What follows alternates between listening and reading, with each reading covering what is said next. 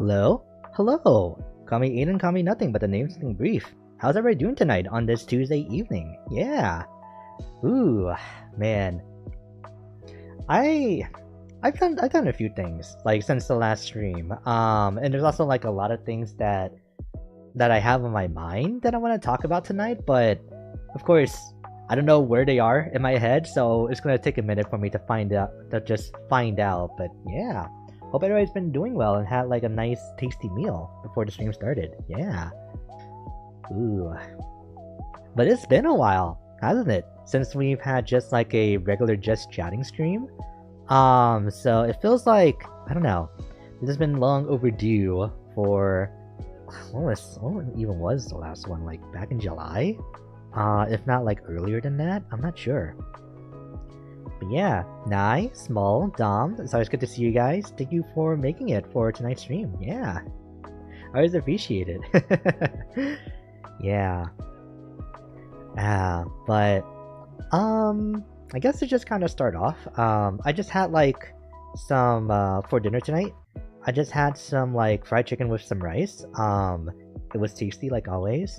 But before that, I actually like stumbled across this video that ended up reviewing like 14 different like kinds of spam, and it's really funny to me because it's like, why now of all times, right?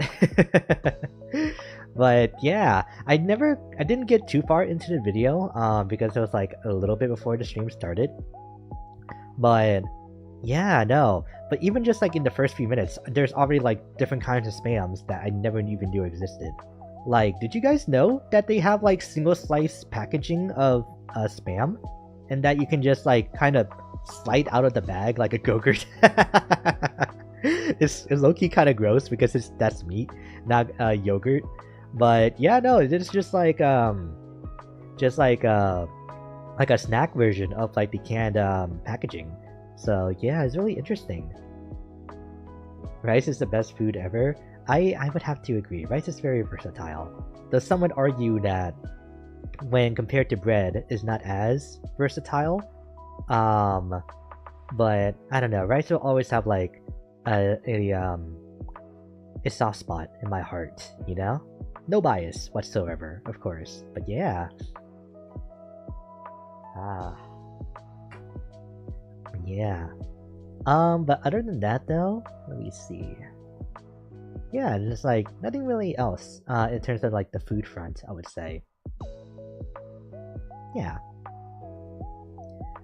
It's like, if there was like any time where I wish I would have had like a list of things that I wanted to talk about, just like written down on like either a sticky note or my handy dandy notebook that I have here with me, then it would be tonight. But no, like my head has just been like completely empty for most of the day, so that's kind of out of the question.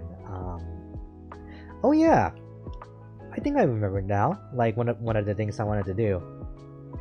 Yeah, so for anybody who's been looking at like schedule arts, right?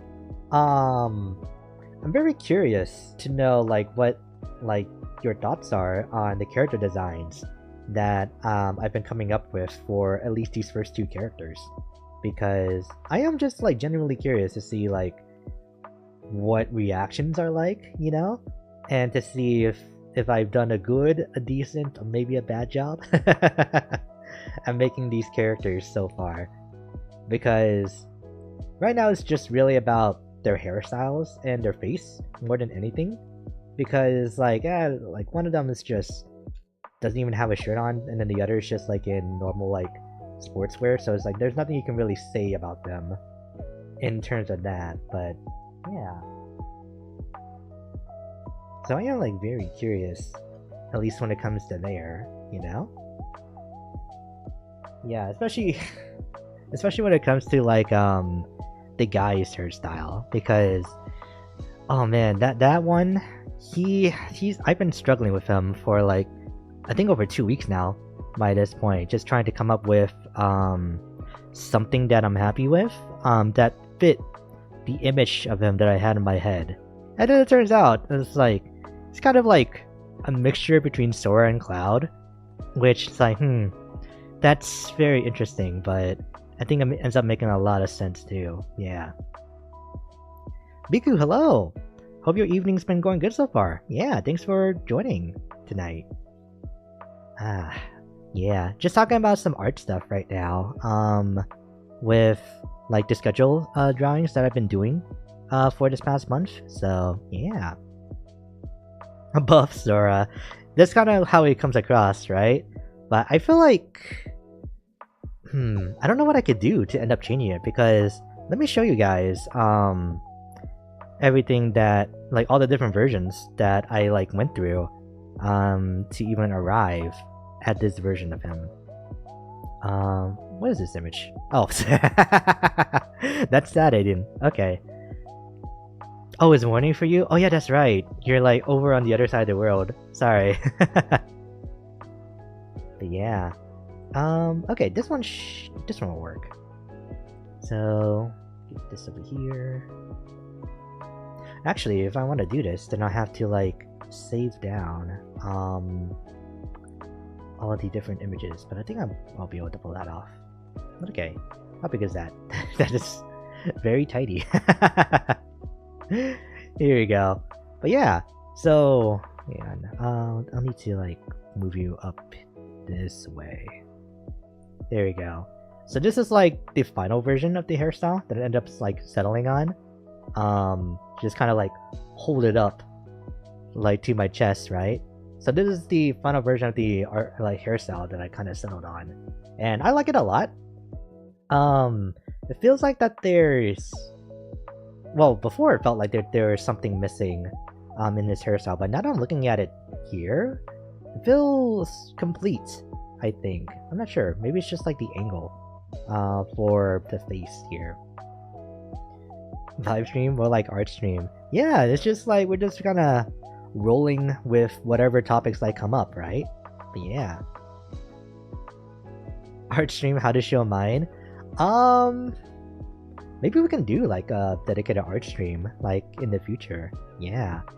But because I don't exactly have like a Discord or like any easy place to like share stuff with me at the moment. So yeah. Let me see. Oh yeah, so that's what I was doing. So that was that one. And then okay, here we go. This is like, so yeah, this is gonna take a minute for me to like get all set up actually. So about there. The new. No. What am I doing? I'm doing this. Right. Okay, and then export that.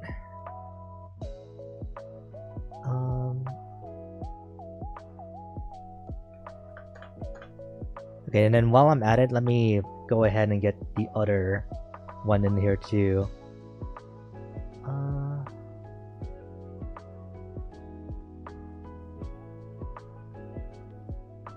Something like that. There we go. And then here, so we don't have to like go back and forth like too often. And here. If I remembered that I wanted to do this, then I could have set this up way before the stream started, but nope. But yeah. Okay, and then back here. Alright, so this was the first, or this was the final version that I ended up on. But this was the second hairstyle that I came up with for the character. And I still like this a lot. This is a very like Gary Oak kind of hairstyle, but, and I'm not sure if I want to end up like still using it, you know, for somebody else in the future, but I'm not sure. But this one still didn't quite fit what I had in mind for the character on the sketch art. Yeah. Smell you later. Was that something he said in the anime? Oh man, it's been too long since I watched the like oh geez, the like old original series. Yeah. Oh, he says it in game? Oh wow, really? Interesting. VTube is not available in India? As in like are like there's no VTubers in India at all? You mean? Cause I'm not sure, honestly. Because I remember there being like some like Indian VTubers that I think who was it? Was it Niji Sanji? Or yeah, I think it was Niji Sanji who tried to like start up a Indian branch over for like their VTuber company. But that never like went through, I don't think, and so the branch kind of dissolved before it even got a chance to like get up off the ground. But yeah, as far as I know, I don't know of like any major or like well-known Indian VTubers. So yeah. Okay, but that was the second version, and this was the very first one that I had ended up coming up with, which I also still ended up liking, but just didn't feel like it matched the character that I was trying to go for, you know? And I think this is probably the most original one by comparison, because I don't think there's like any character that quite looks like this, at least not in my recent memory. I don't mind like the gaps in the face, and like that's to like match the hairstyles of the other ones, but yeah. So yeah, but this guy felt like he was too young to be like the face for or the hairstyle for the guy that I was trying to draw. But I think that's like arguable by this point, because maybe he could be like an older fellow that could be just down his luck or something like that, you know? But yeah, those are like all three of the characters or like hairstyles that I tried to like come up with before I just picked the one that I did. So yeah. Have you considered animation? I definitely have. Yeah. It's because I tried to learn 3D animation before in the past, but that never went anywhere after I learned how to do my donut. And then if I want to do 2D animation, well, I will want to like sharpen up my foundations, you know? Like make sure I'm able to like draw people and things that like different perspectives, draw anatomy well, and just like the entire thing that like comes with that, you know? So yeah, because I think it would be really cool to be able to like animate in just any shape or form. So yeah, it's one of the things that I hope that I can get to in the future, but right now my focus is just on like my drawing skill. So yeah. Ooh, okay, so that's all that. We're just talking about art. But yeah, have you guys been up to anything these past couple of weeks, these past few days? Yeah, because I don't want it to just be all about me, right? Because I'm here to chat with you guys, after all. I was mainly thinking 2D animation, but sure. Ah, I see.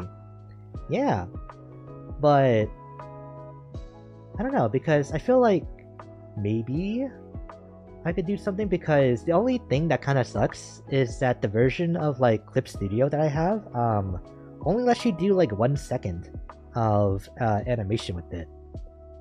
So if I want to do anything longer than a second, which will be pretty much everything, then I'll need to either go through the tedious process of making a video 1 second at a time, or I would just have to like dish out the money and just buy the extra version of Clip Studio, so that I can like make an animation of like unlimited size, or however long that my computer can handle. Yeah, because should I talk about this? Okay, but to give like a slight spoiler for the 100 celebration cover, I do want to do a little bit of animating for that music video. So that's why I'm thinking that. Oh, I shouldn't have opened my AirPods. I just like picked up like the nearest thing in front of me and just started filling with it. Alright, let me put that down.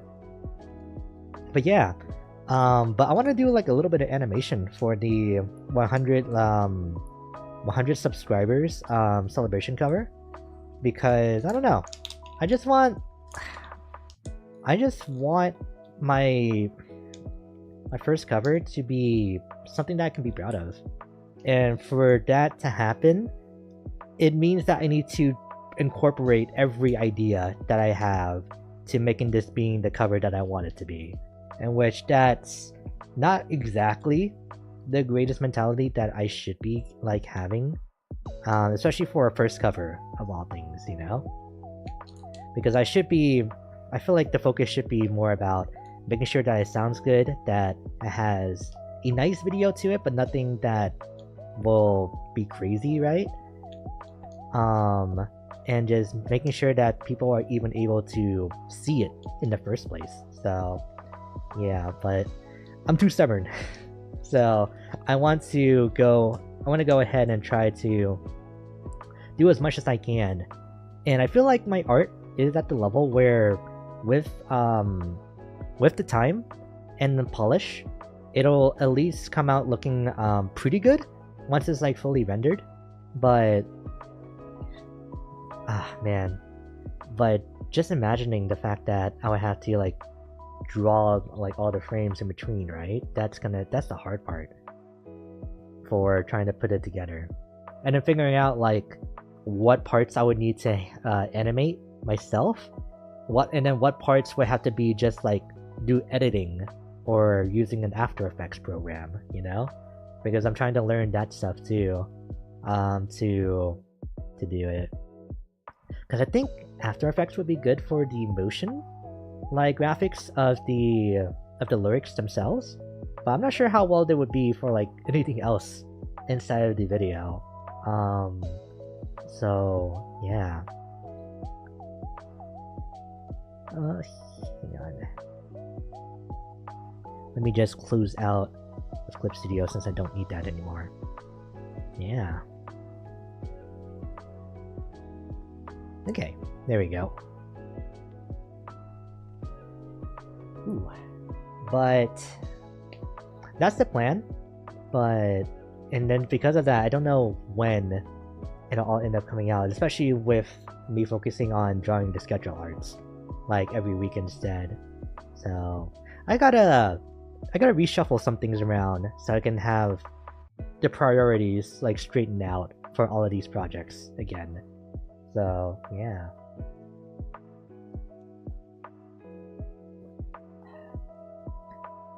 What else has happened these past couple of weeks? I've been playing some more Deadlock, like since the last time that we streamed it, 2 weeks ago, which very topical since we're going to be playing it again this upcoming Thursday, right? And yeah, I've been having so much fun with the game, and it's just like I don't feel the same kind of pressure that I did when I was playing League, where in that game it felt bad for me to play it by myself because it feels like everybody else around me just always will have this insane expectation that I'll be the best player in my lane, in my role, and that I'll be able to at least hold my own to win games and all that stuff, right?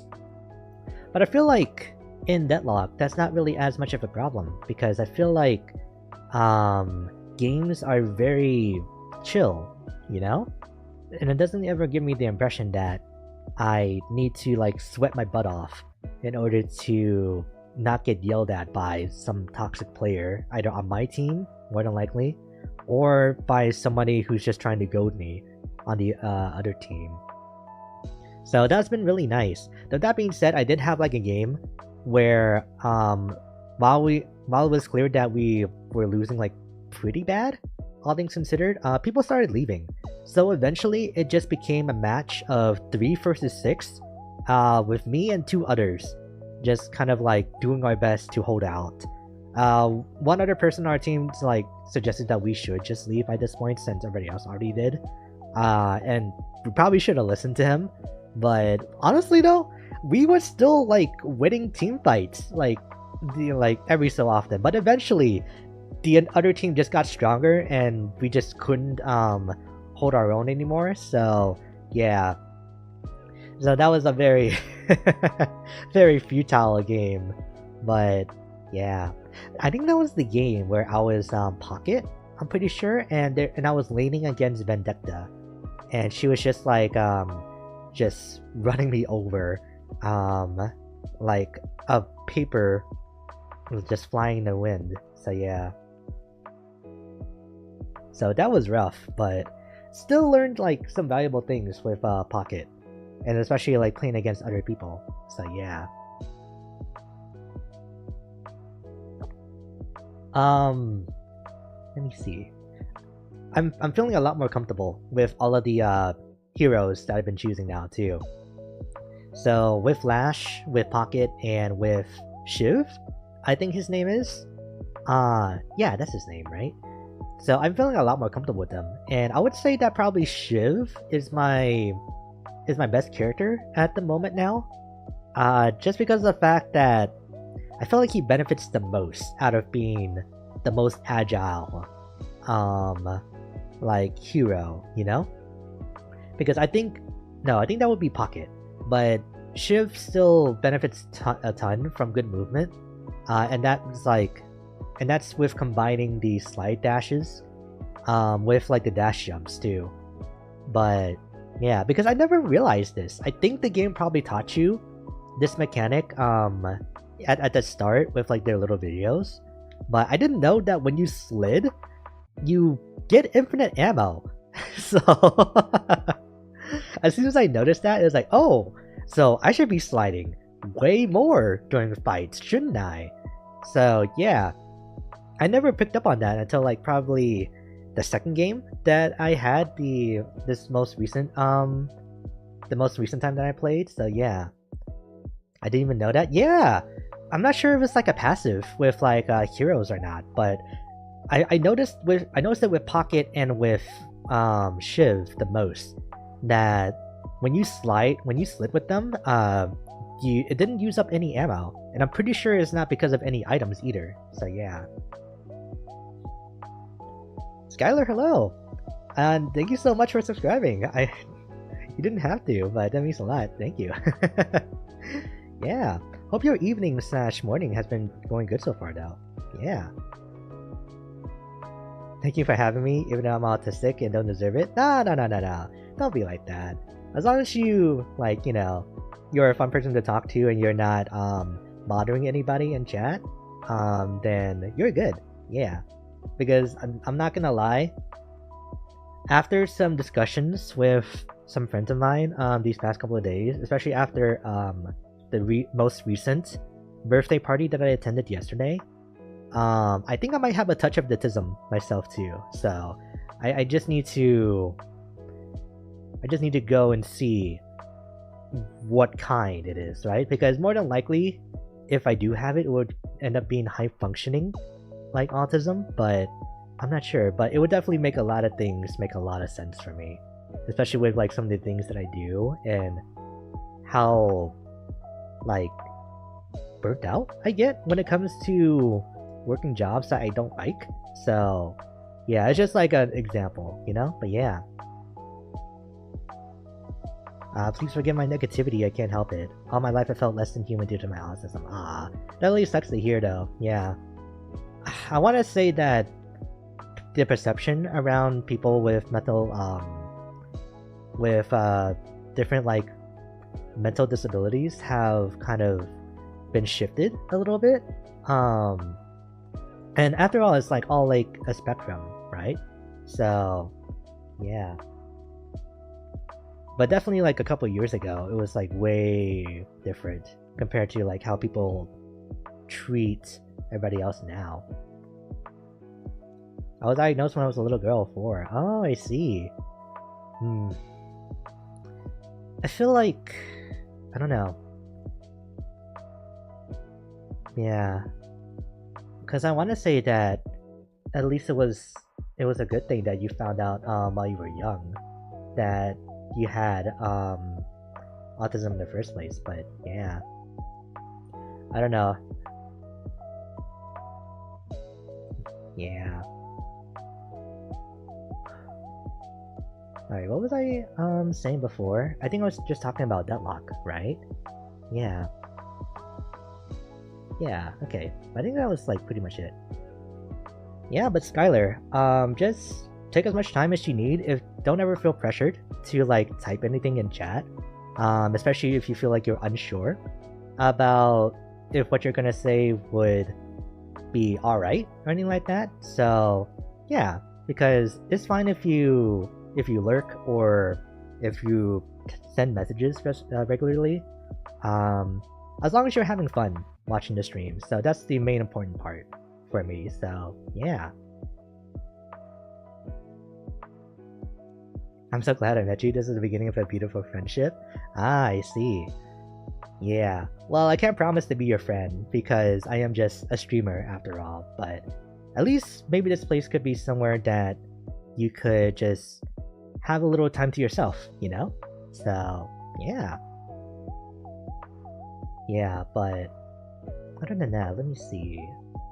Because I could talk about the birthday that was at yesterday, but honestly, I don't think there's really much that I could say or that would be good for me to say. Yeah, other than just the food that we had, right? So we ended up going to like this pasta restaurant that I really enjoyed going to like a lot before. It's like up in the like kind of capital of our state. So it was a little bit of a drive to get there, but it's worth it, honestly. Because the noodles are fresh, the sauce has a lot of flavor to it, and the portions are pretty big, all things considered. I was still able to finish my plate of pasta compared to everybody else, but nah, them, like, they all had to like take home leftovers because they could only finish half of their meal. So yeah, they only had like chicken alfredo pasta myself, but I added like potatoes and broccoli into my meal too. Yeah, though because of the potatoes, like with my fettuccine alfredo, that was a lot of carbs, so it was a little bit of a struggle to finish that, even myself. So yeah. So do you like anime? And if so, which ones are your favorites? I do like anime. I definitely don't watch it as much anymore, just because I feel like it's hard to spend time just checking out which series are ones that I like, or which ones that I don't like anymore, because there's so many animes coming out that it's a little overwhelming to do it, especially now that I'm older. But yeah, in terms of like favorite ones, I'm a big fan of Gintama. I'm a big fan of Mob Psycho 100. Also really like ReZero as well. Natsume Yujincho, or Natsume's Book of Friends, is another favorite too. Nonyon Bayori, which is like a cute little like slice of life of just a few girls in the countryside. Let me see. And yeah, I would say those are like my top 5, honestly. They're like pretty unchanged from what I listed out in whatchamacallit, in my debut stream. But yeah, otherwise I'm still like a big fan of shonens. I really like romances and slice of lives. And is there like anything else? I don't think so, because all things considered, I haven't really watched that many like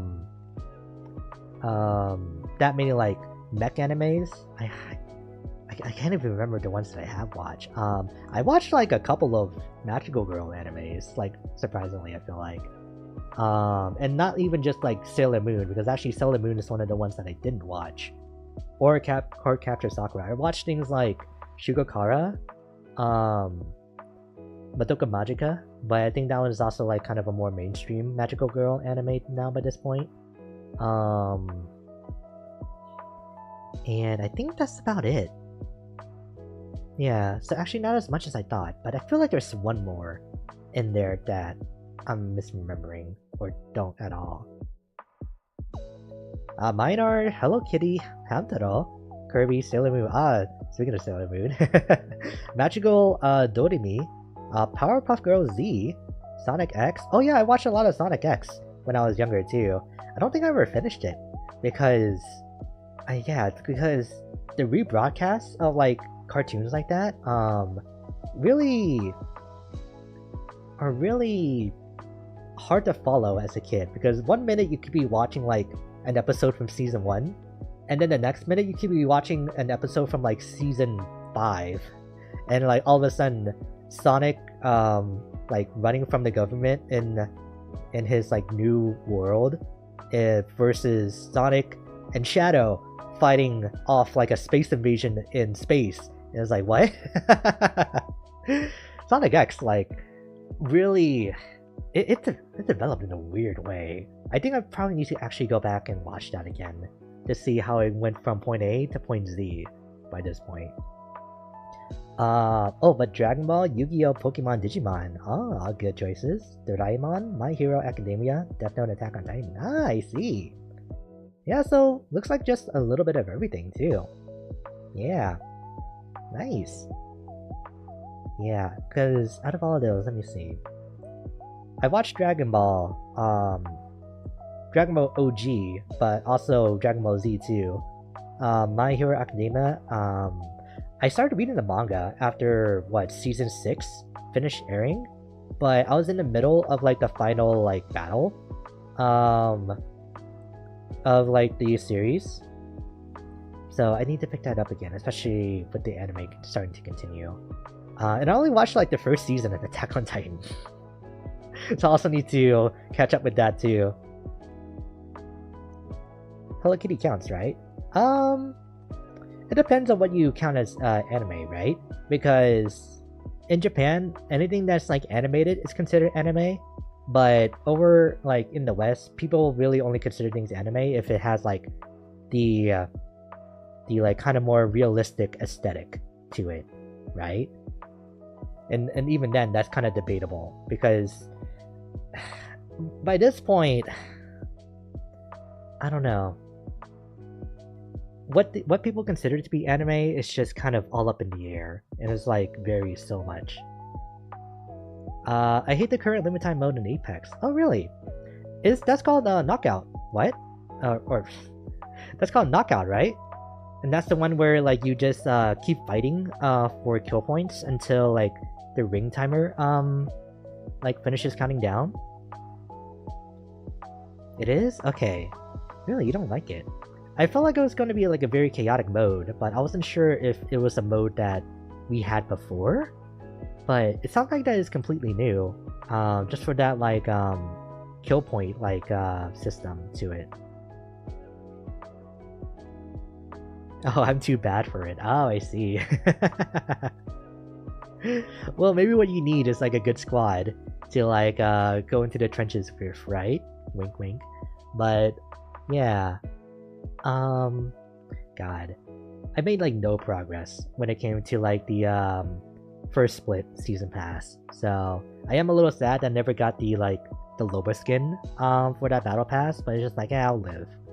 Especially since like my attention is being taken up by Deadlock right now. So like all the like stuff with like the Apex skins and stuff like that is like, it doesn't really matter to me at the moment. And that's Loba's best skin too. Alright, you don't need to rub it in. Yeah. I don't know. There's like a lot of good Loba skins. So even if I don't have that particular like pilot skin, like I think there's probably something else that I can put on that'll be just as good.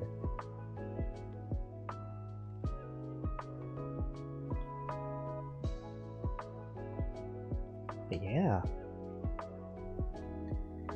Ooh. Have one favorite YouTuber? What, me? Nah, you're being too kind. Yeah. Because, I don't know. Because I try to be as understanding as I can.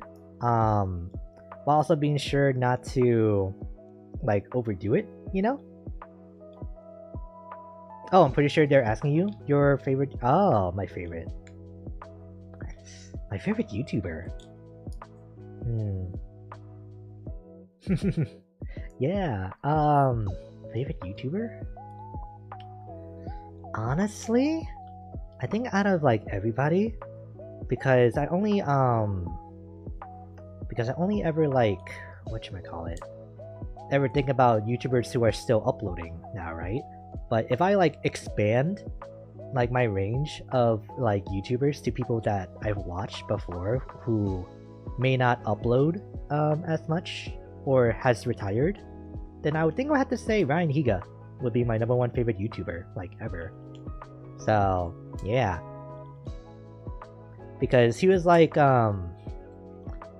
he was just, I don't know, his sense of humor was something that just I really liked a lot, and his videos were always so creative and so well produced, especially for somebody who was supposed to just be like a comedy channel, right?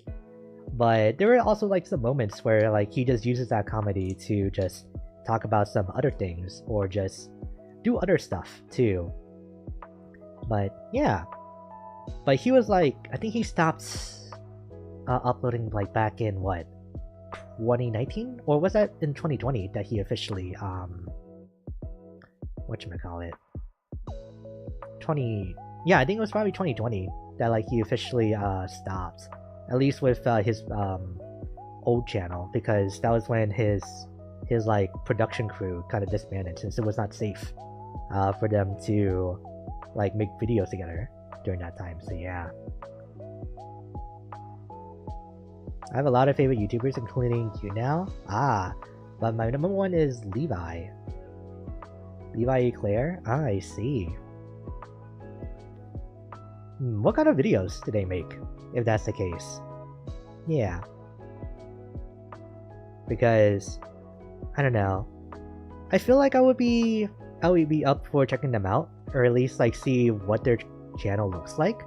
But I feel like I'm okay when it comes to like content creators at the moment, especially because since I'm also one now too, that it feels kind of hard for me to really dedicate myself to watching a whole bunch of other content creators, which is why I stopped watching VTubers as much than compared to before, because now I'm just like focused on the friends that I made and just like the other like fewer ones that I still watch.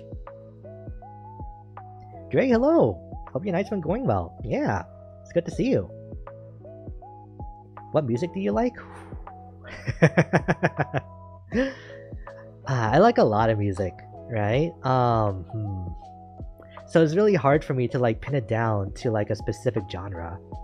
I would say just I do like listening to a lot of video game music, but just like outside of video game music, because that's not really a genre, right? Because even that can be very different. I would probably say some type of mix of electronic rock. So I think that would probably be like my current current favorite. Yeah. I am annoyed right now, but getting back. Oh, I see. I'm guessing this probably has something to do with work. In which case, ooh, yeah. But hopefully you end up getting like back home safely. If that is the case, yeah. Yes? Oh no. Okay, I can already start to imagine like what it could be about. But yeah. But I like almost anything, including K-pop. I see. So that means that you gotta have like a favorite K-pop group, right? Because I might not be as big into K-pop myself, but I wouldn't mind it, like if it like played here and there, you know? May I suggest future bass? Oh yeah, that's also like a really good subgenre of electronic music too. Yeah. Future bass or just even like drum and bass in general. I think that's probably where my favorite like kind of electronic music is at right now. But other than that, yeah, because I like jazzy stuff, um, and I like kind of like poppy stuff too, but rock songs because I'm also thinking back to like my karaoke streams too, right? Because I think out of all the songs that I've like sung the most, they've really all been like J-rock songs, haven't they? Or at least that's the kind of vibe that I've been getting. Future bass is what I'm planning on producing. Oh, I see. Ooh, you've got like some plans, don't you? But yeah. That sounds like really, really cool though.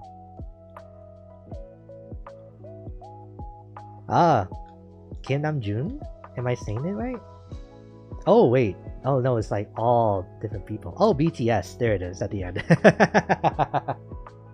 It's like, is Kim like the name of like a specific group? Like that's kind of weird. But no, that's just one person, and all of them are from BTS. Gotcha. I see. Yeah, BTS and like Girls' Generation. What other ones like do I just know of? He's not a K-pop artist or like a K-pop group, but Psy, of course, like probably like the most famous one. So what is it? BTS, Girls' Generation, Blackpink. God, I'm my friends with Lily, but I don't like know any other like K-pop groups other than just the mainstream ones.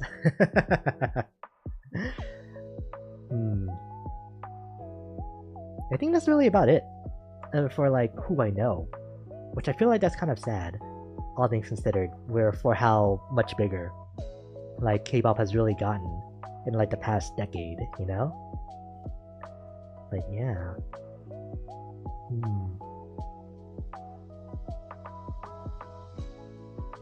Because all things considered, I don't even know that many like J-pop like idol groups either. Because I don't know like the AKB like branches. I guess Hololive it would be considered like part of like those idol groups. And they're just like the ones that have animes, right? Because I don't know if like Idolmaster or Love Live. I know Love Live for a fact is like an actual group. I'm not sure about like Idolmaster or anything like that being like an actual K-pop group. Oh yeah, League's K-pop group, right? Or did I say yeah, J-pop, K-pop? Yeah, I'm like starting to mix them up a little bit. But yeah, KDA would also be like another one too, wouldn't it? Oh yeah, Twice is another one that I know, right? Or at least heard of. I think I might have heard of New Jeans before too. Tomorrow X Theater, Stray Kids. Wow, okay. Wow. Yeah. But it's really been like interesting to me to like kind of watch like how much bigger and bigger that K-pop has just been getting over like the past 2 decades, even just internationally, right? Because I imagine that they were huge in Korea itself for a long time, but it makes me wonder like what really did it in the first place, you know? Was it just Psy who like really broke K-pop into the mainstream, and then everybody else found these other groups? So yeah, I know a decent amount thanks to coworkers. I see. Yeah, I think I know. It might be Blackpink that I know the most out of like any of the K-pop groups, but I've told this story like a ton of times in other streams. So yeah, I think Psy would be considered the barrier breaker. I would say so too, but you never know, right? There could always be like something else there, but he definitely feels like the most comfortable like artist to say that he's the reason why K-pop is where it's at now, right? Yeah.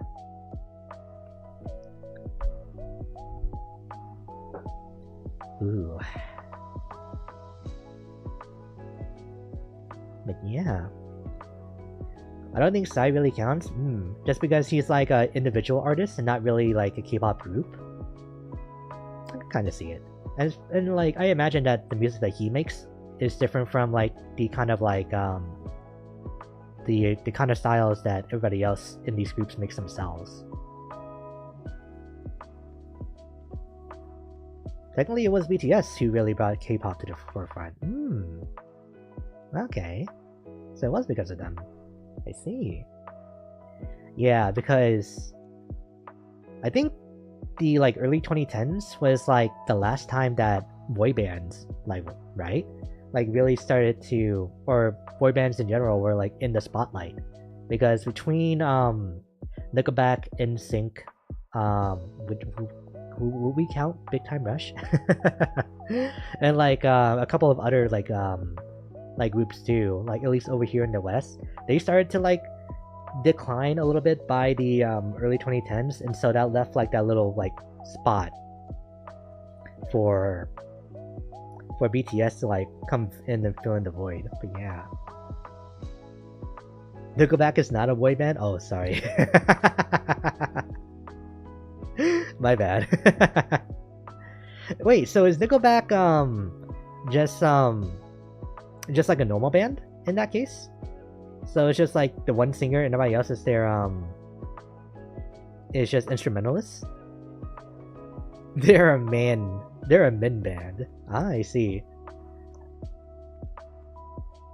I saw I had multiple songs, just 2 was really popular. Yeah, so it's like Gangnam Style, right? And then Mother Father Gentleman. And then after that, he wasn't able to like really recapture like the globe's attention anymore after that. Yeah, which I think he kind of figured was what was going to happen, because I think even he was a little confused why Gangnam Style like blew up the way that it did. And then so I think he probably figured that trying to like chase that success again was not the best idea, especially for his own personal fulfillment of being a musician or an artist. So yeah. I remember Big Time Rush. Yeah, I watched their like their show on Nickelodeon like growing up, and then like I listened to like a few of their songs during that time too. Yeah, I know that they had like a resurgence, like I think it was a year ago or 2 years ago, but I'm not sure how well they're doing for themselves now anymore. Like after they kind of like re-debuted and things like that. Yeah, Nickelback is just a normal band that makes formulaic music. Ah. I see. Just from your choice words alone there, like, I can see what you think about Nickelback.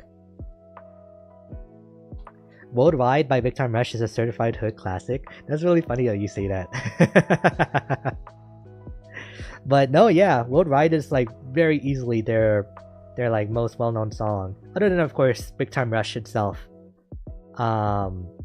Yeah, and which is why like when they did an acoustic version of Worldwide in like 2021, I was like all up for that, and it sounds so good too, like all things considered. It's like not a day has passed since they've like went their separate ways, but they still sound so good together. They have over 3 million listeners on Spotify, so I'd say they're doing pretty good. Really? Wow. I see. Will I ever, like, use my Spotify account? Probably not. Because, yeah. Because for me, this is, like, really weird. Because, okay, so this is, like, one of the things that leads me to believe that, or at least others to believe, that I might have, like, some kind of autism, right? But it's because of like the whole thing about hyperfixation. But for me, I think my form of hyperfixation is just staying on one thing and then never experiencing anything else after it. So of course that comes with like fashion, like for example always wearing like the same blue jacket for years. Food, like always having like the same comfort meal that I've had from birth to now, music taste and things like that, listening to the same songs for years on end. Though I think there is like a little bit better because what should I call it? Because at least if I have like a good like what should I call it? Good variety of like songs in a playlist. But I definitely could listen to a lot of songs and just those songs for a long time. I already have listened to them for a long time, and I probably still could for even more to go. Probably closer to 10 million, to be honest. Oh, for Big Time Rush? Wow. You've worn the same jacket since I've known you. Yeah, and I've been wearing that jacket for even longer since I've known you. So that should tell you, because I think our mutual friend like has seen like me wear that particular jacket when we first started like being friends in middle school. So I think he could probably tell you that like, yeah, he's had that jacket for a while. So yeah. Where do you go? Are you talking about Skylar? Or are you talking about somebody else? Yeah. Because I'm not sure like who exactly you're referring to.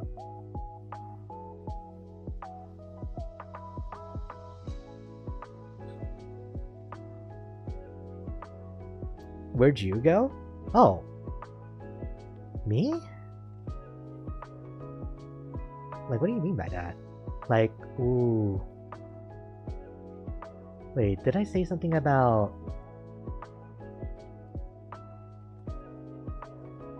Because, oh man.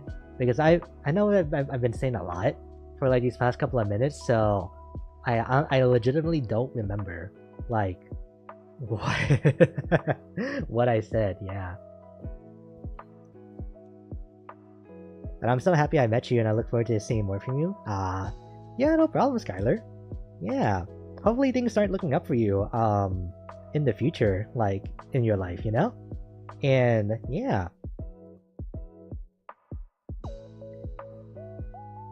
yeah. Let me see. Is there anything else that like I could point to? Let me see.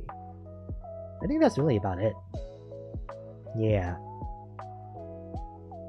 Yeah, but because of that, yeah, it feels like it's gonna be hard for me to like check out like new music, or anything else like that.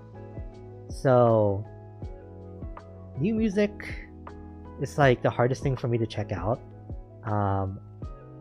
Food used to be another thing too, just trying new foods, but I've gotten a lot better about that over these past few years. What else was there? I think that's really about it in terms of like trying new like experiences. Food and then music are like the two main ones that have like the most trouble, or at least, yeah, I had the most trouble of just like broadening my horizons on.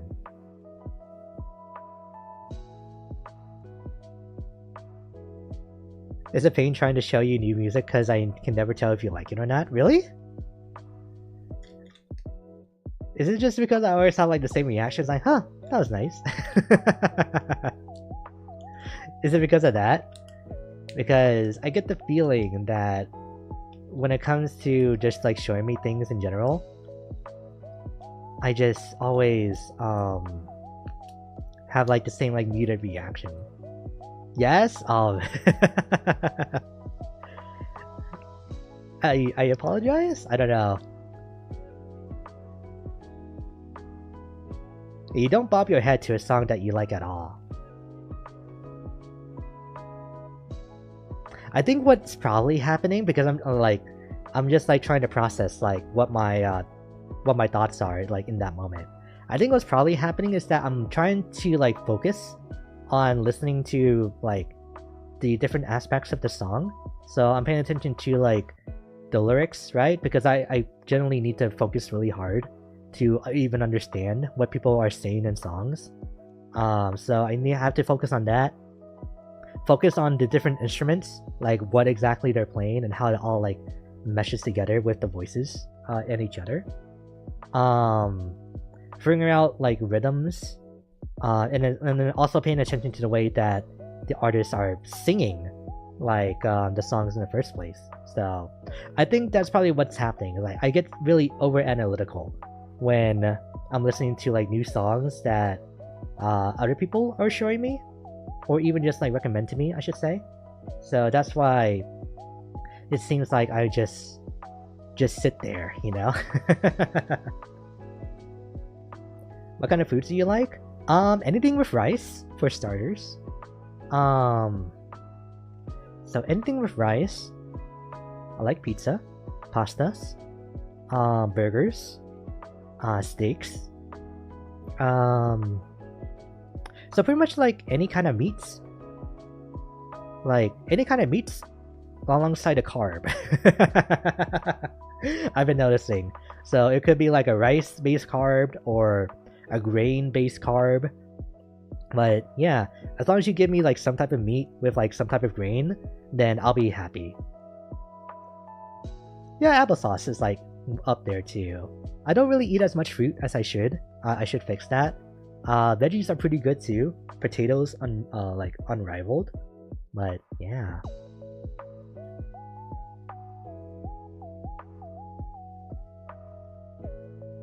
Okay, so we go about listening to songs for the first time very differently. Really? But I feel like that's only with songs that other people show me.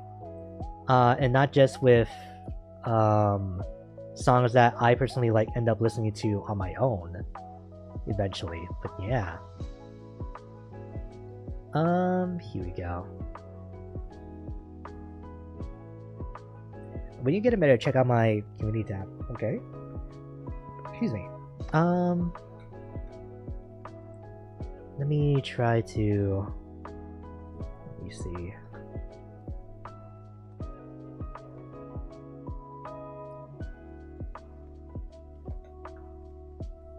Because I don't think there's like an easy way for me to get to your channel from here.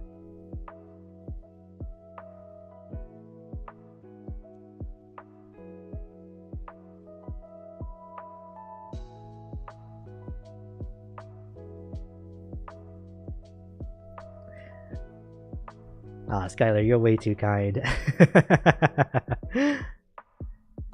Yeah, I just like finished reading your message, and yeah.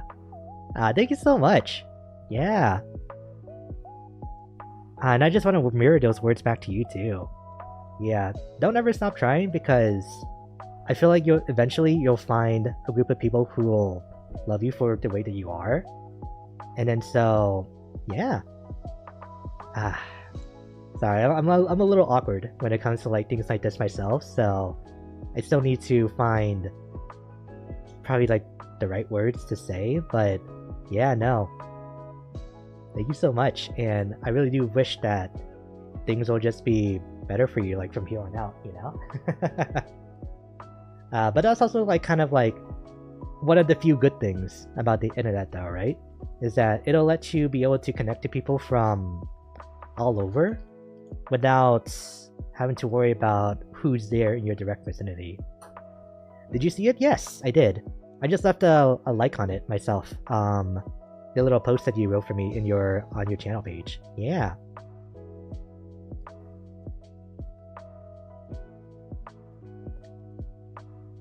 For you to describe? I see. Yeah, I'll definitely try to remember before the stream is over, but yeah, because I don't really try to subscribe to other channels on here, because I have like a other like private channel, so I just need to remember to do that like before this or after the stream is over. So yeah.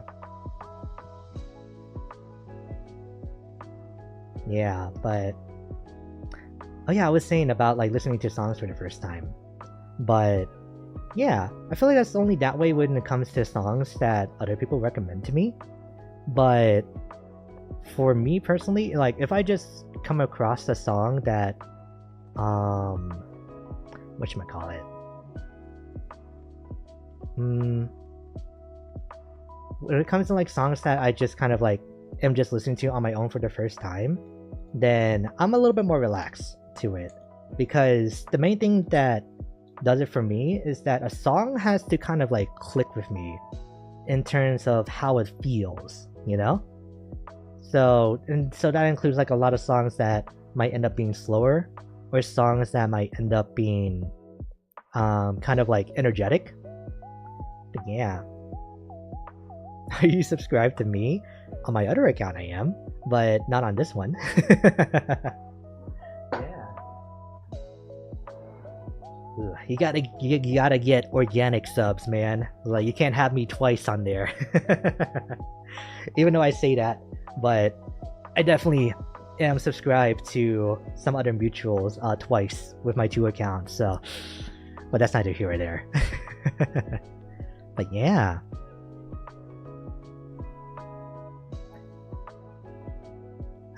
Because I can like see, at the moment, I am only subscribed to like 3 people, technically. So, and that's on this Aiden channel, but on my other channel, yeah, no, that's like a lot more people. Yeah.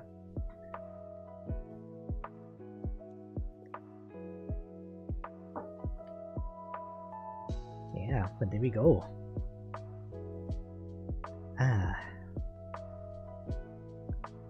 Right, let me see. Was there like anything else that we were like just talking about before that I might have forgotten about? It doesn't look like it now. There we go.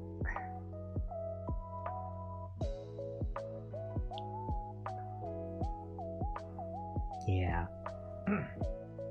Honestly, don't know how long I'm gonna end up like streaming for tonight, because it feels like when it comes to like a just chatting stream, it tends to feel like it wants to be on the shorter side, but I think that really all more so depends on how much we end up talking, of course, right?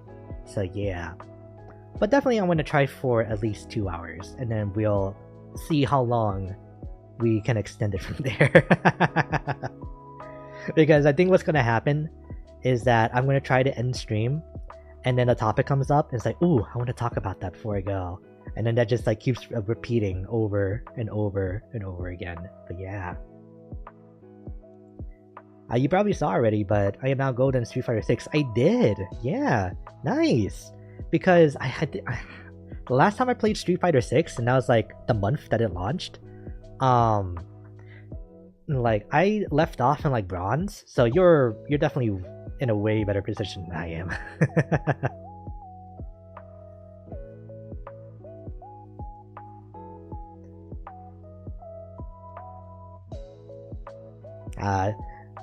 Thank you, Skylar. I know you mean well, but if you can hold back a little bit on stuff like the kisses and things like that, then I would appreciate it.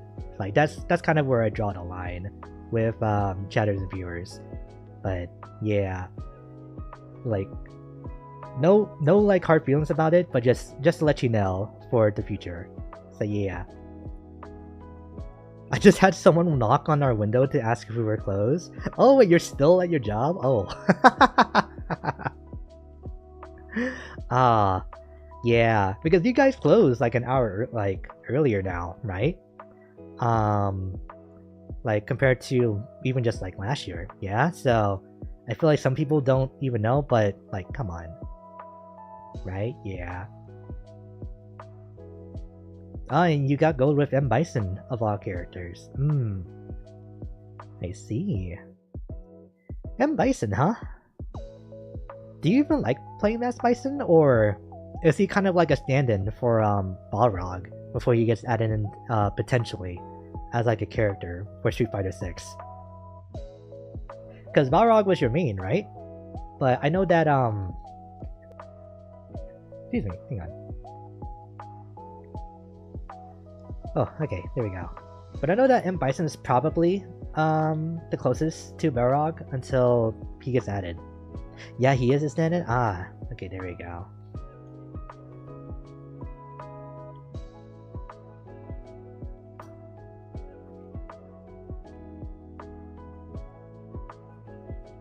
Did I make you feel uncomfortable? It's less about being uncomfortable, but I just don't want like things to I just don't want boundaries to be crossed, you know? Because there should be a line between how viewers and how streamers should interact with each other, and I feel like for what I personally want as like a starting like VTuber, as a starting live streamer, I don't want to like go off in the direction of like physical intimacy of like that kind, you know? So yeah, that's just all that it is.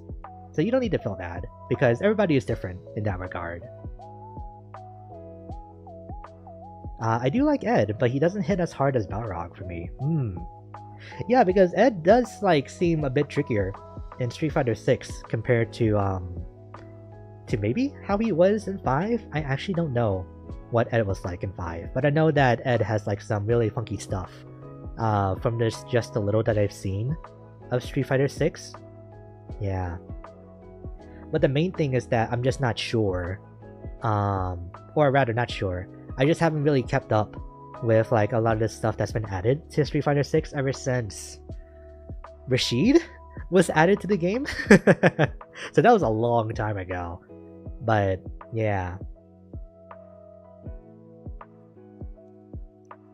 Because like what? That would be like the start of the Season 1 like Battle Pass? Battle Pass? Yeah, Season 1 pass. So I think that's how long ago it was.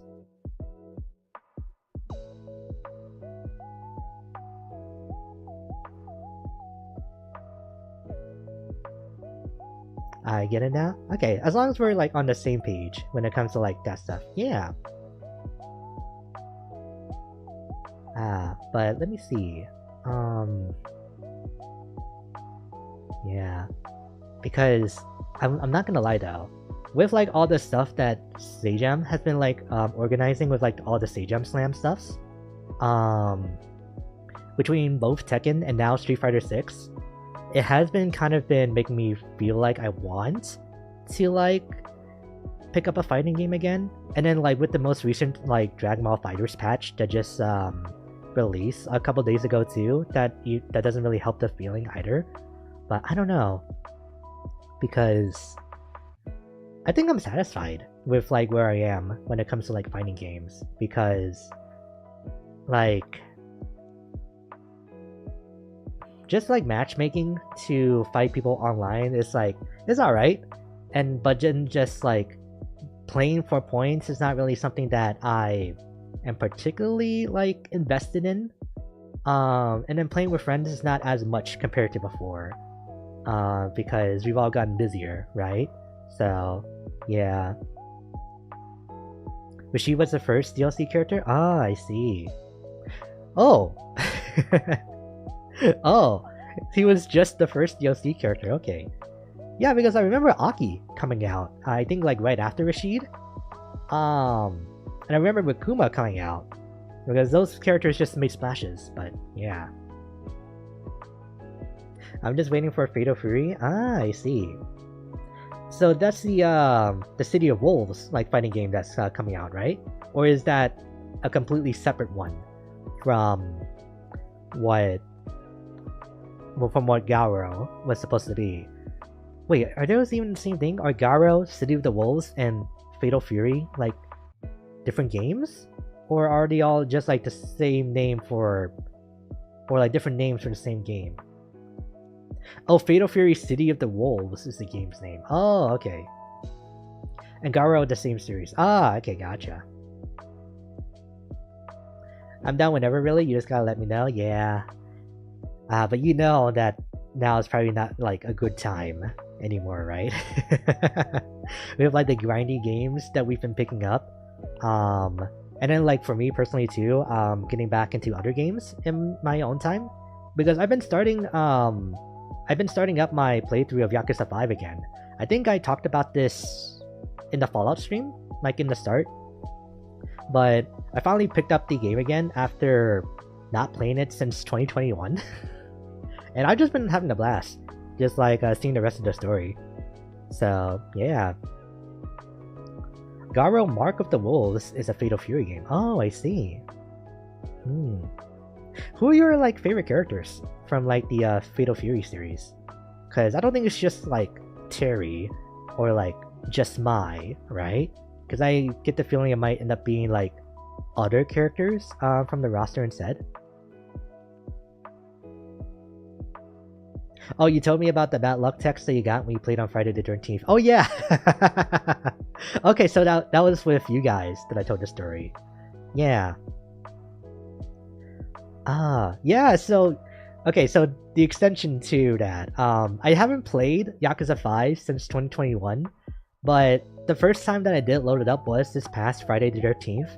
But as soon as I loaded into the game, I got a text message as Akiyama saying that like you will have terrible luck today. It's like, this is very bad timing and I do not appreciate this. Yeah. It's just very funny, all things considered, and especially since I felt like I just had bad luck the complete week before. But yeah. So it's just like a very funny coincidence, all things considered. You played Kingdom Fighters? Yeah, I know. But like your guys' like favorite characters are different from mine, after all, right? So it does make me wonder like who you guys end up liking from this series, especially since SNK is not really as talked about anymore nowadays. It depends, because Garo introduced all new characters and only kept Terry. Oh, really? Huh. But my favorite are still mostly from Garo. Rock, Grant, and Tizok. Like Rock Howard? No. No. I'm thinking of Geese Howard. Rock. Isn't that... Oh yeah, Rock. Yeah, no. Yeah, that is him. Yeah, okay, so I know who that is. I was thinking is like, no, I'm thinking about Todd Howard. That's not right. Yeah. And there's Geese's son. Yeah. Okay, I remember. And Terry basically adopted him. Yeah. It was just like a little, like, what's the word? A little brain fart. There we go. We're like just trying to remember who Rock Howard was.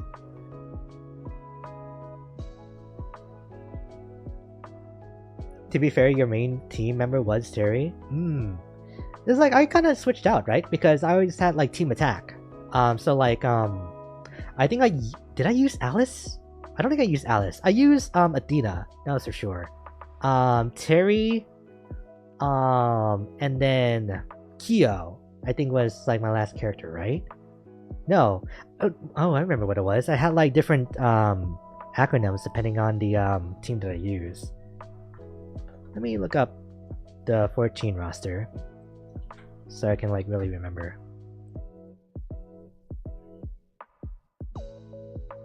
Let me see. Okay, who's out here? Okay, I'm seeing all the character faces, but I don't think I remember it like most of their names. Yeah, so Athena was the character that I like playing. It was K-Dash, not Kyo, that I played more of. Because I felt like K-Dash felt better to me compared to Kyo. Terry was another one. I think that's Alice with the blonde hair right there. With the blonde short hair. Yeah. And I think that was really about it. Yeah.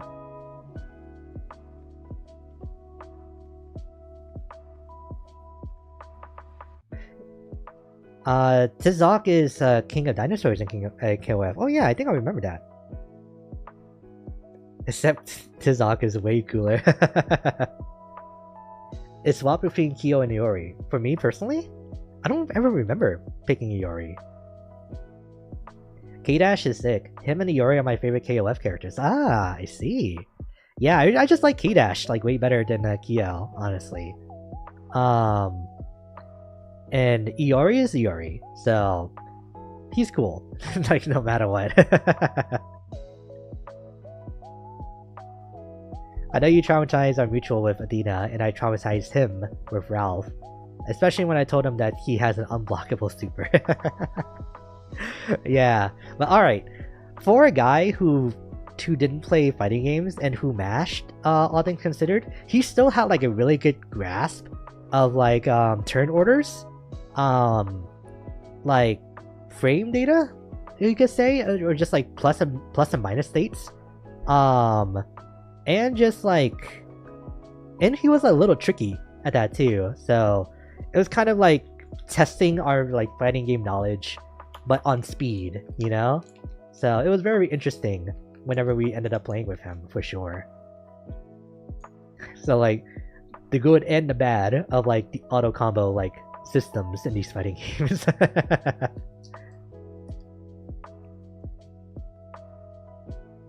Yeah. So I guess like those characters that I listed would be my favorite characters since they were the ones that I used, right?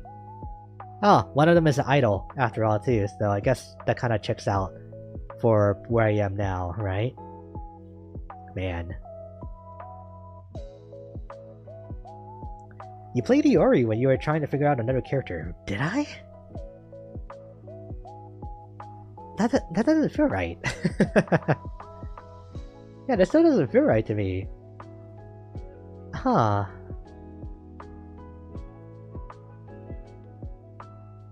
Interesting. I mean, I don't think I minded, but probably I didn't end up sticking with him at all, if that was the case. Because I don't remember him being like a permanent part of my teams.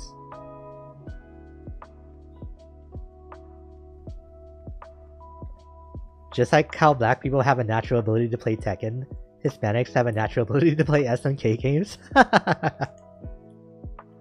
Nuh-uh, I still suck at them all. Do you think it's because you got the debuff of being Americanized? Do you think that's why, Nai? Because maybe Americans just like suck at like competitive games in general, right? If like competitive league is anything to like go by, I think probably competitive shooter games too. Because out of like a lot of esports, like whatchamacallit, a lot of esports like regions, I think NA is usually like consistently the worst across multiple games. So that goes for the RTS scene, the shooter scene, the MOBA scenes, and I think probably like the card game scenes too. So it's kind of like weird.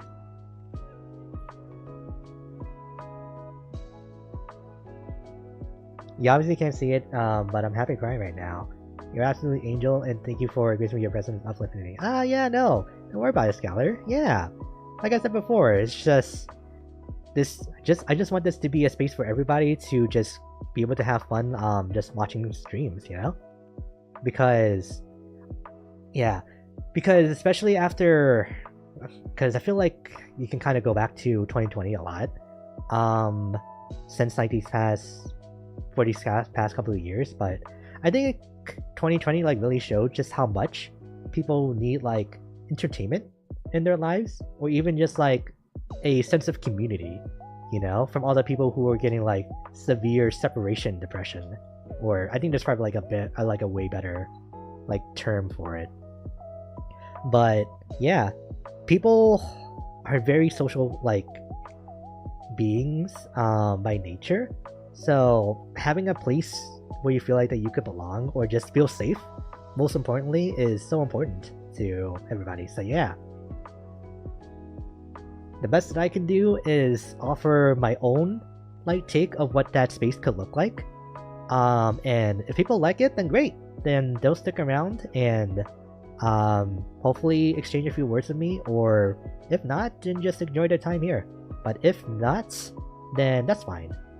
That space is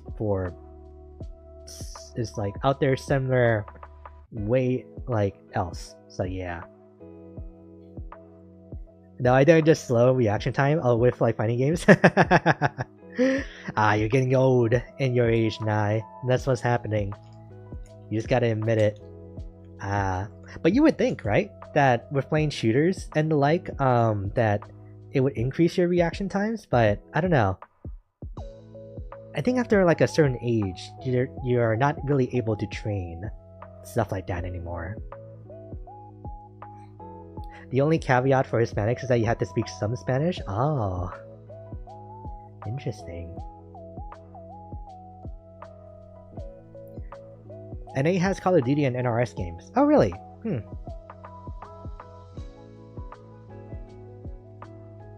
Sorry if I'm taking like a few pauses here and there. I'm like trying not to burp. Because I've been talking so much that it's like making that gas come up. So yeah. But that makes sense for like Call of Duty and NRS games. Yeah. I say playing Siege helped with my own reaction time. That I could probably see that. Yeah, because you die so fast in that game that you kind of have to train your other senses, right? In order to do well in a game like that. Train your senses and also just start learning where people are going to be at any given time, you know? Because that's like the huge mind game aspect of a game like a Six Siege. Yeah. I love NRS games. They're really fun to make fun of.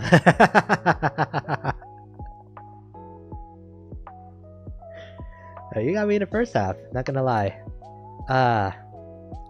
Yeah, they definitely haven't been doing too hot for the past couple of games, have they? I think the like general consensus is that Mortal Kombat 11 was a fun game. And 1 could have been a fun game too, but it just felt so not Mortal Kombat-y. But yeah. Warner Bros. Is a problem. I can also see that too. Because Warner Bros. Kind of sucks with I was about to say with anything that's not a movie, but even that's not true. So yeah, MK11 has more players than MK1, probably because people don't like the combo system, or what's it called, the cameo system. That's what it is in Mortal Kombat 1. So they would rather just play 1v1 on Mortal Kombat on a game that they already know that they like, versus like the kind of goof fest that MK1 is, right? Especially now that Homelander and Omni-Man are in the game, because like even though Joker and things like that have been in Mortal Kombat games before, it still feels like really weird when like these comic characters like come over, and movie characters for that matter too. Yeah, I don't know how their animation is still so bad. It makes me curious too, because like, are they just redoing the animations, or is it still like porting over animations that have been in the game since like what, Mortal Kombat 8 was, I think, when Mortal Kombat first became 3D. Correct me if I'm wrong, because I'm pretty sure it's probably way earlier than that. But yeah. Plus, a lot of fan favorite characters aren't really playable in MK1. Right. They're only just cameos in MK1.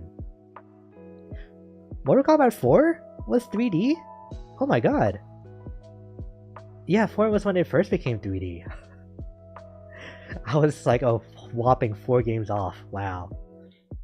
But MK9 was the start of the modern MK series. Ah, I see. Okay, that makes sense. Yeah. Interesting. Wow. They do update the animations, but some of them are still janky. Man. I guess it's just kind of like the Mortal Kombat feel to it by this point, right?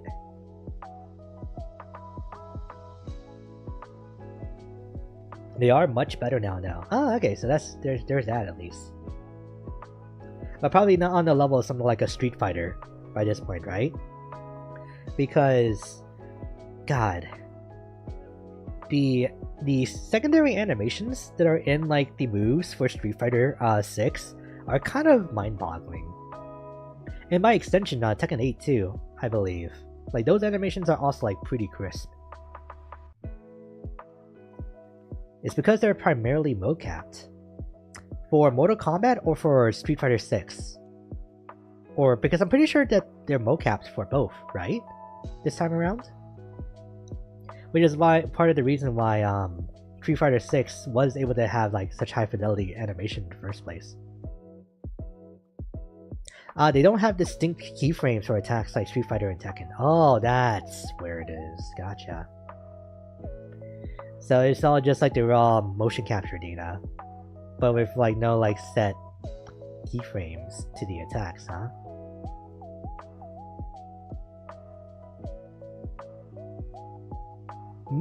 Wait, what happened, I just see you laughing, and I'm not sure. Oh, you know this basic rule of animation? They don't know what. Oh.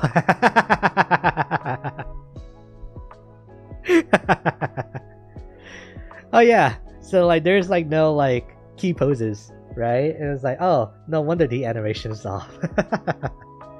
Okay, I get it now. Yeah.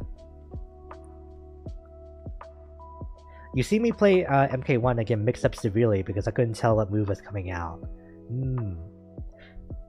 Yeah, I have, but I'll also be honest too, I was like not really watching too hard. It's like, because as long as I see that you're comboing them, it's like, okay, he's doing good. So yeah, I wasn't really focused on like seeing like what moves are like being thrown out, you know? Or like neutral or like cameos like are on cooldown and things like that. I was just there to see like if you were going to win or not. So yeah. Which have you even touched MK1? Like since you last played that game? Because I can't remember if you did. I think you might have mentioned that it's been a while recently, but I can't remember. I don't own that game anymore. Okay, fair. Very fair. Oh right, because you said that there's not really a character in it that clicks with you at the moment. Yeah. We had a whole conversation about it playing First Ascendant. Yeah, I remember now. Yeah. I knew that was recently, but I wasn't sure how recently. Okay, gotcha. That's so funny though. Like, have you even played like this game since the last time I watched you like stream it to me? It's like, I don't own the game anymore. Oh.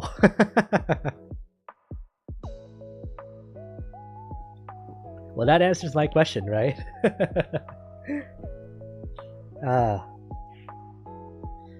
Man. I kind of wish that like the First Descendant was like a game that you could really stream, but it's such a grindy game and there's not really any like content to go through at the moment because I already finished all of it. So yeah, so it wouldn't really be fun for you guys to watch me play because I would just be doing the same missions over and over and over again until I get the part that I need, and to just start building stuff and then just repeat until the stream is over. So yeah, because I do generally like the game. The dev team is surprisingly very, very receptive and responsive to its player base and community.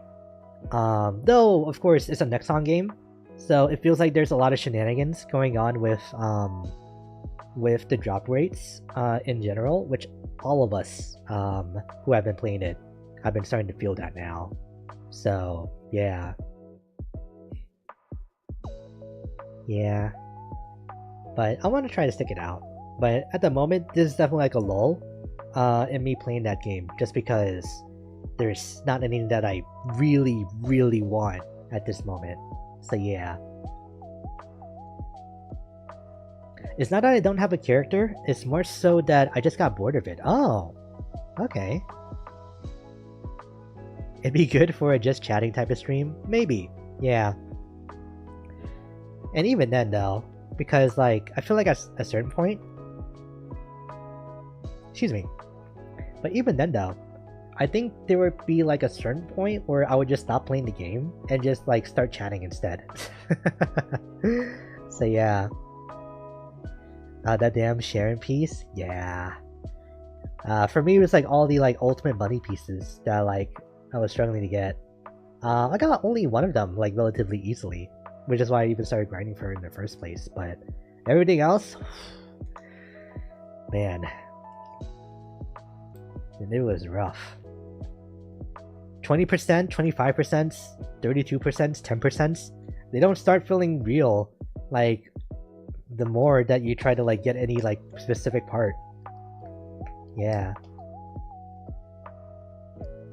I should probably like take out this pendant and like hang it somewhere at some point that I got from my family. Because it is like really nice. Or actually no, I got these from... right, yeah. Put that down. But yeah.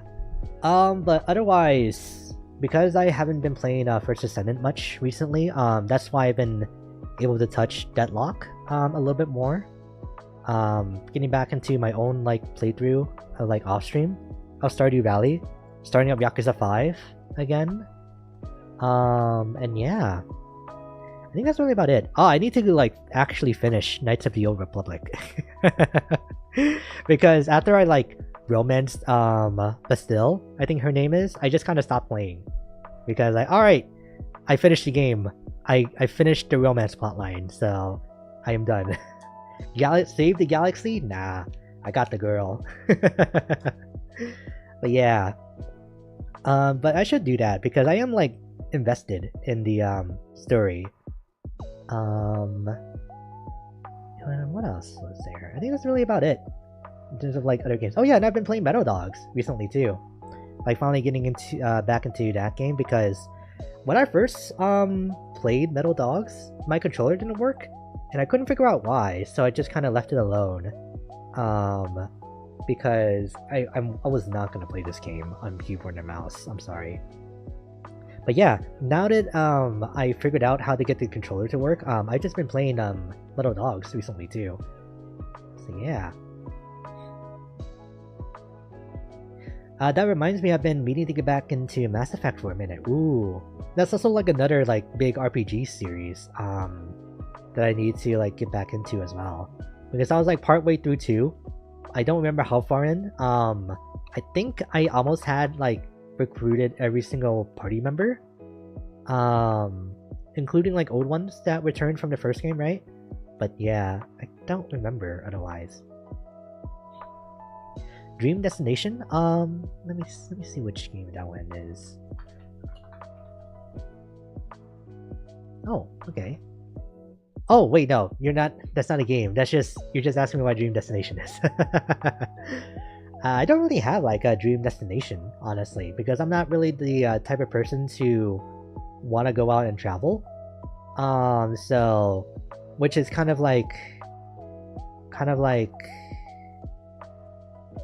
tough for some people who want to like travel a lot, you know, like Mrs. Brief.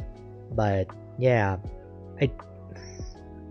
I guess Japan could be like a place, but I don't really have like an intense desire to like want to go there, right? Even though I do like anime and stuff like that, because if anything, if I ever do just want to travel, I would want to go to places that just has good food. Like that is my only requirement to like go somewhere. Is there going to be good food? Are we going to be staying for long? And just like how prepared is our itinerary and things like that, you know? So yeah.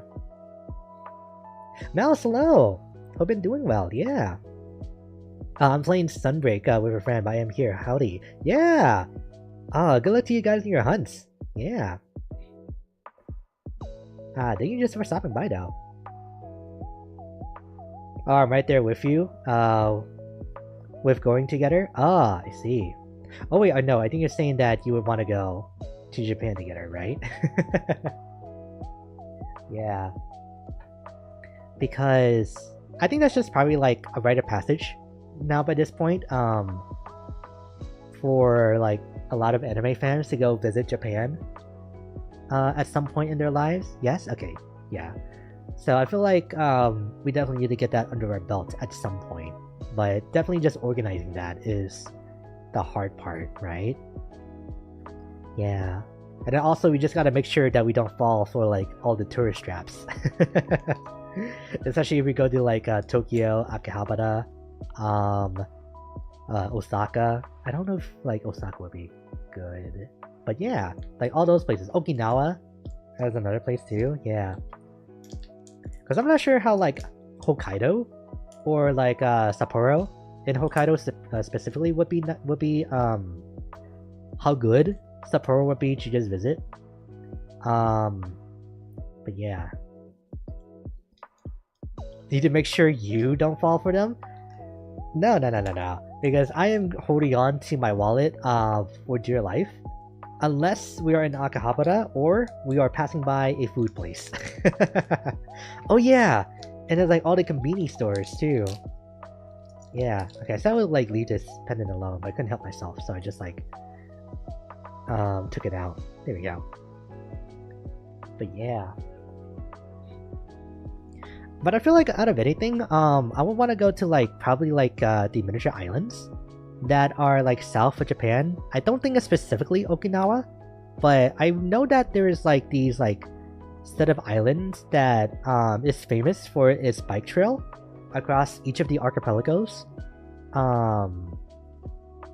or across each of the islands in that archipelago, and I kind of want to see how that would feel to bike across the entire islands. But I think I'll probably give up just trying to make it to the first island.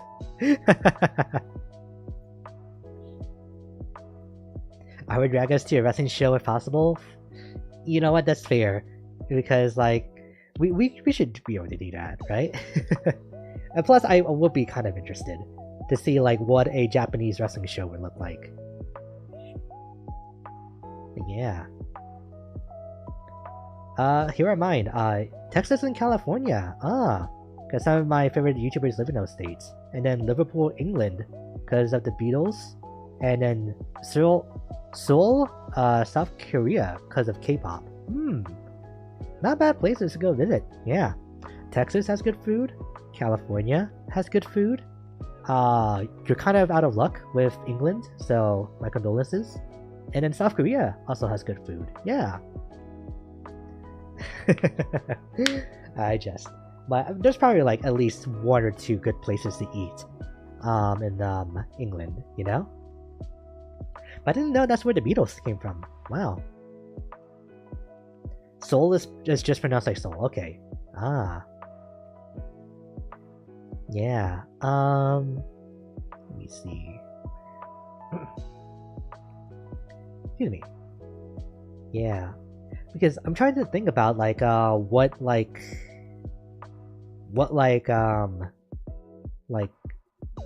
store chain that people really like over there in England, because there's like these, because it's kind of like the equivalent of like a Japanese 7-Eleven for them over there, but it's like a bulk item store, like a Costco or a Sam's Club, you know? So it's like their version of that, and like apparently the food inside of there is really good. Yeah. Yes, the Beatles are from Liverpool. I'm surprised you didn't know. Skylar, we may have just met, but trust me, there's a lot of things I don't know. There's a lot. Yeah. I will be able to talk your ear off when it comes to things that I personally enjoy and am a huge fan of. But when it comes to like just general pop culture knowledge and just like kind of life essential things, I am actually like very under-equipped for my adult life. So yeah, that's kind of where I am when it comes to my knowledge base. So yeah.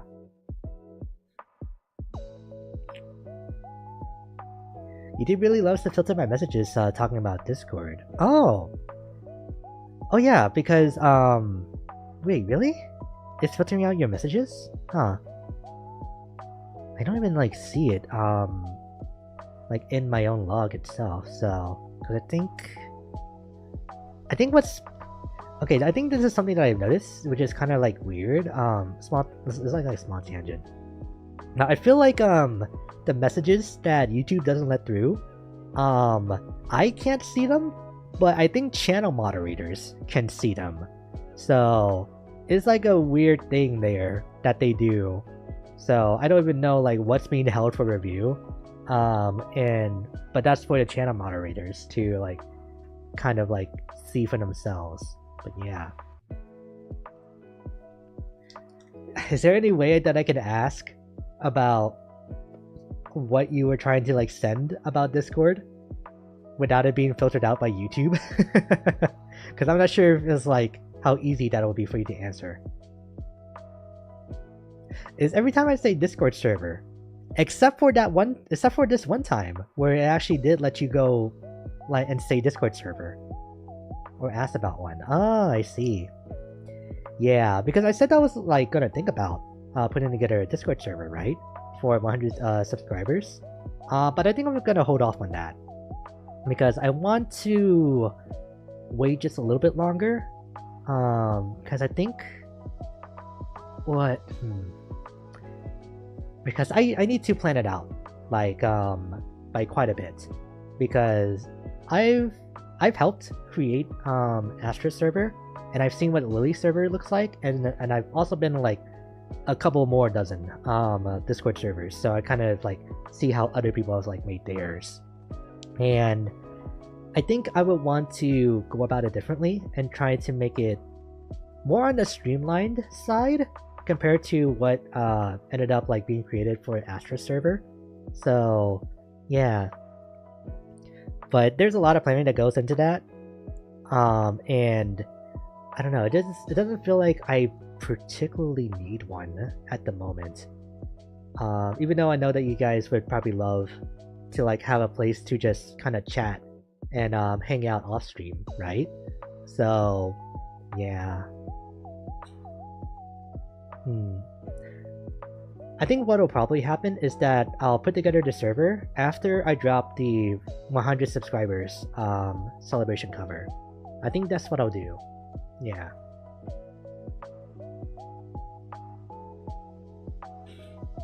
Thank you for the plug, Mouse. Yeah.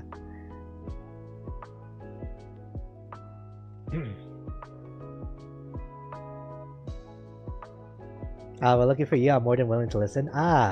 See, it's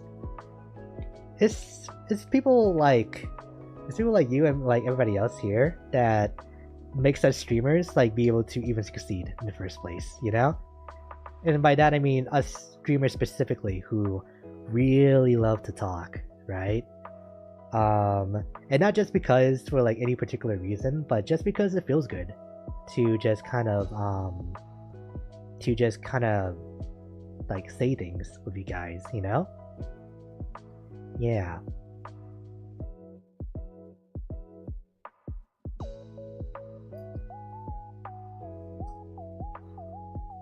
We love yappers.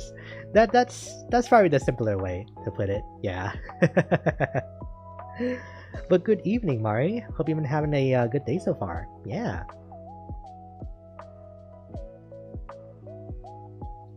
Thank you, Dom. Thank you.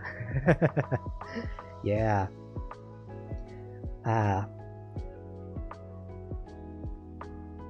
Yeah, but let me see. What else was there? Because unlike Astra and unlike Lily, I'm not quite as good when it comes to just like segueing from topic to topic, like seamlessly. I gotta like think up a related topic like really hard before I'm able to.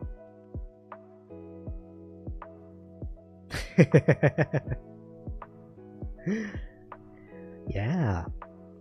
I can't wait to like until I'm able to like show off more progress with the cover video. Just say, and now for something completely different.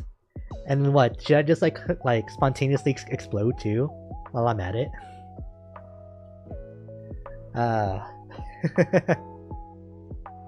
Alright, I got the like delivery completely wrong. It was like, and now for something completely different. or something like that. I only seen like the clip like a few times, so it's not like ingrained in me, but I know exactly what you're talking about. Yeah, don't worry about it, Skylar. Yeah, everybody has like their own things going on, so if you have to leave or if you need to like go do something else, like you don't need to say anything, honestly. Yeah, I completely understand. Alright, don't listen to Mouse.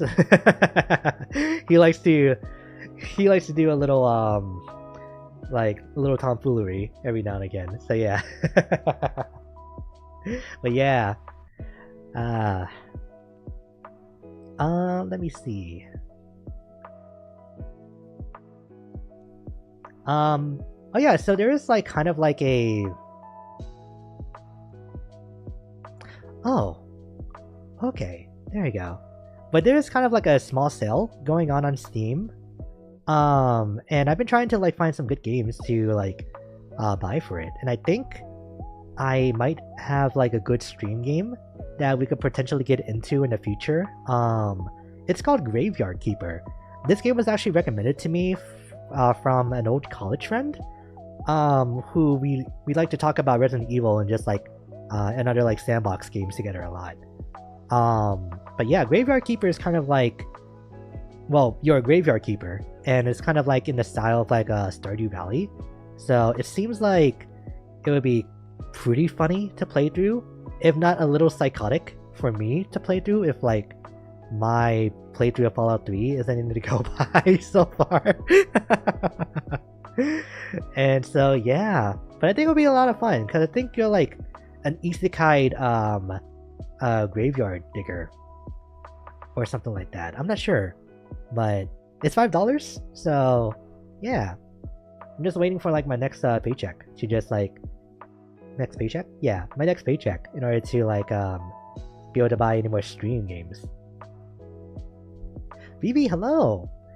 It's good to see you. Hope your night's been going good. Yeah.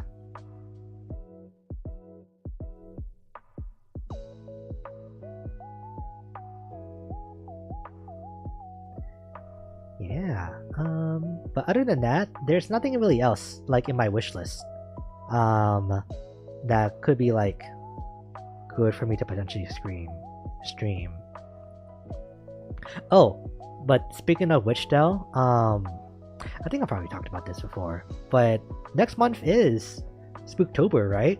So horror game month. Oh yeah, I definitely did talk about this before. But yeah, I don't think there's gonna be as many indie games that we play for Spooktober this time around. So it's kind of gonna be like more higher profile like horror games throughout the entirety of October. Fallout is still gonna be on the weekend because that's close enough to a horror game, especially if you're walking into traps like every 5 seconds. But yeah, so between that, Alien Isolation, and Fear 2, I think we're set, honestly, in terms of like games that we can play during that month. Yeah, because I don't think I really have anything else. I feel like time passed so quickly. I still remember the last Steam sale. Yeah, I know, right? Because that was like just a few months ago, but it felt like it was here way more recently.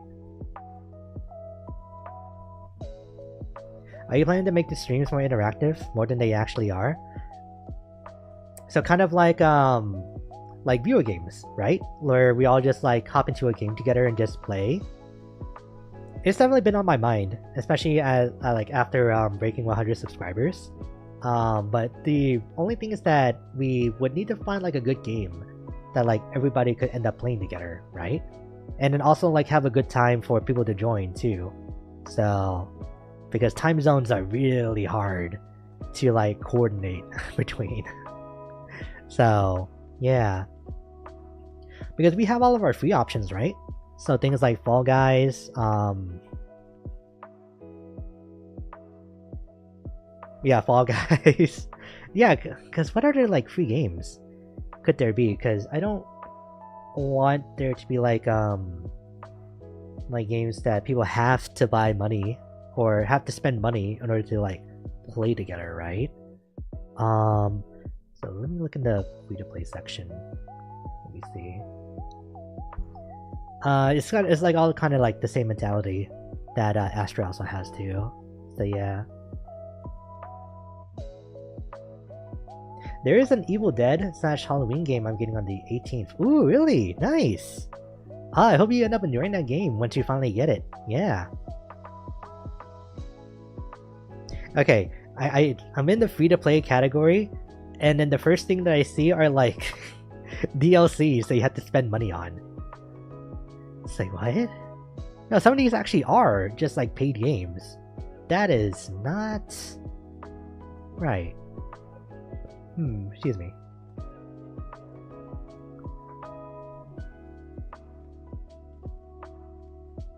Oh, but I was more so thinking of like what DugDug does, but I don't know. That's a little bit outside of my wheelhouse, right? And a lot of that is also like Twitch functionality too, because I watched a few DugDug videos here and there, so I know exactly what he does. And then so yeah, doing anything like remotely close to what he does with like his streams and his content, it's gonna be really hard for me. So yeah. Oh, it's like ninja parkour. Ah, I see. I'm so ready for horror game days. Alright, at least that makes one of us, Mari, because of course I'm not particularly looking forward to it, right?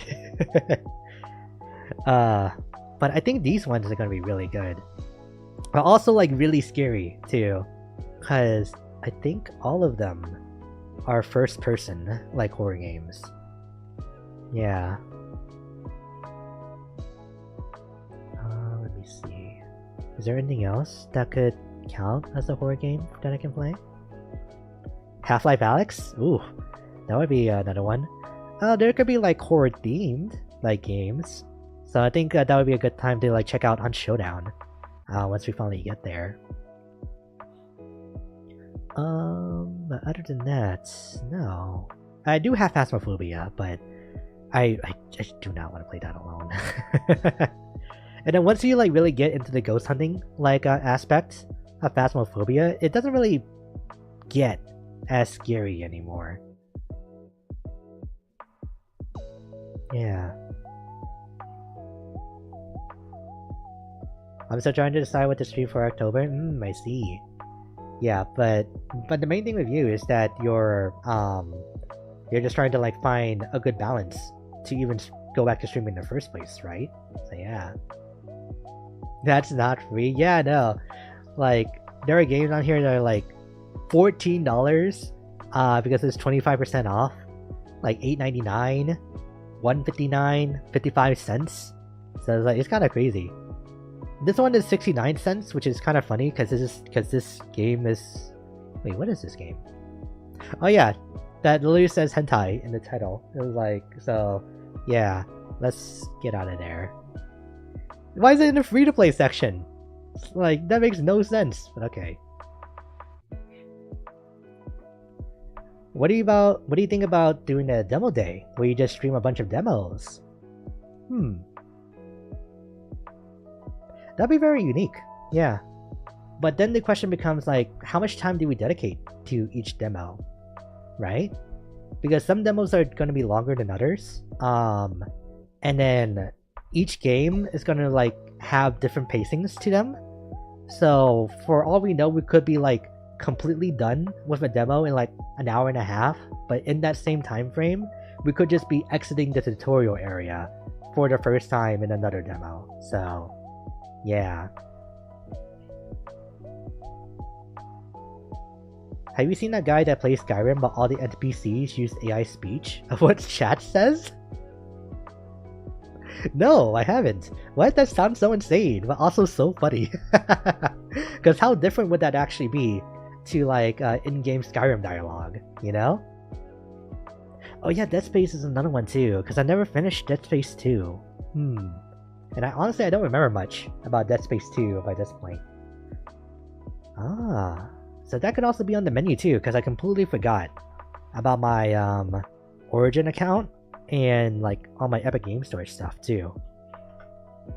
So actually, let me look over there, because I know that I have like a lot of games redeemed.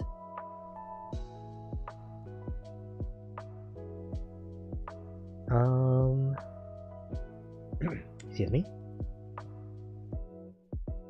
Death Stranding? Nah, that would take too long.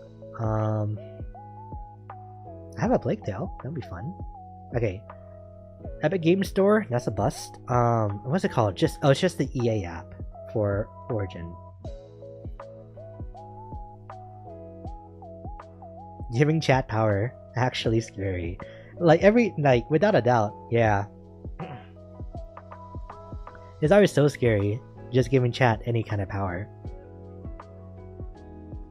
Alright, EA. Come on, boot up, so I can close you again.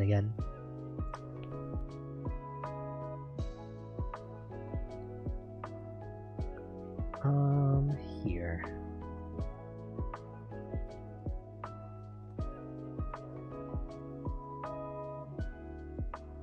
Right, that's all the, Do I really have Dead Space 3? Oh, snap! Wow! I didn't realize I had the entire, trilogy. Okay. So... That's obviously, like, a thing we can do now. There's Mass Effect. Yeah, nothing else on, EA. Cool. Okay.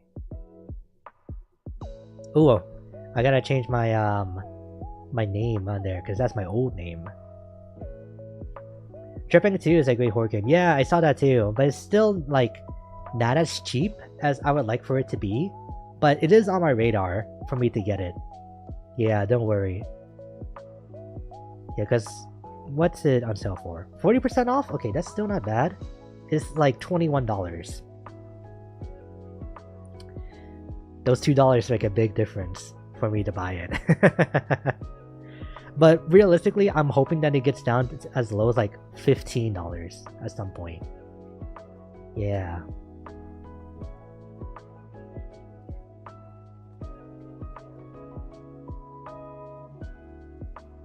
I don't think many of us are YouTubers.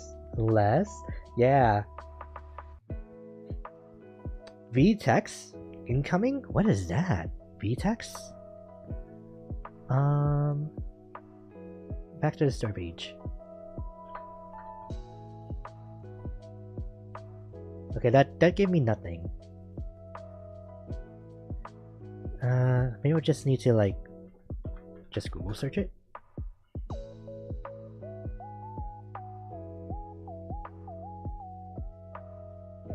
We've built a collection of plug-and-play applications to help you explore new sales channels, integrate your operations, and unlock new growth opportunities. VTEX, the coolest way to chill your drinks. Okay, VTEX game. VTexas? No? Wait, no, that's football. What?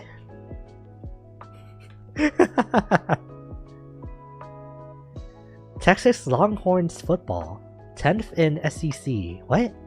What am I looking at? Okay, I'm gonna get out of there. What are you reading? I'm reading like the first Google results when I like search for VTEX. Oh, VTEX is our VTuber group, and we are your managers. Oh, you're right. I completely forgot about that bit. Wow. Yeah, okay. Oh, yeah, no, I haven't heard that name in a long time. Nice, right. Wow. But I would definitely watch a series about random shovelware games. I actually found some super fun titles by browsing the online store and grabbing stuff on sale for $1. I think that's like honestly one of the ideas that I've been kind of like toying with too. With just like getting like a collection of games and just like going through them for like a little bit of time. So yeah.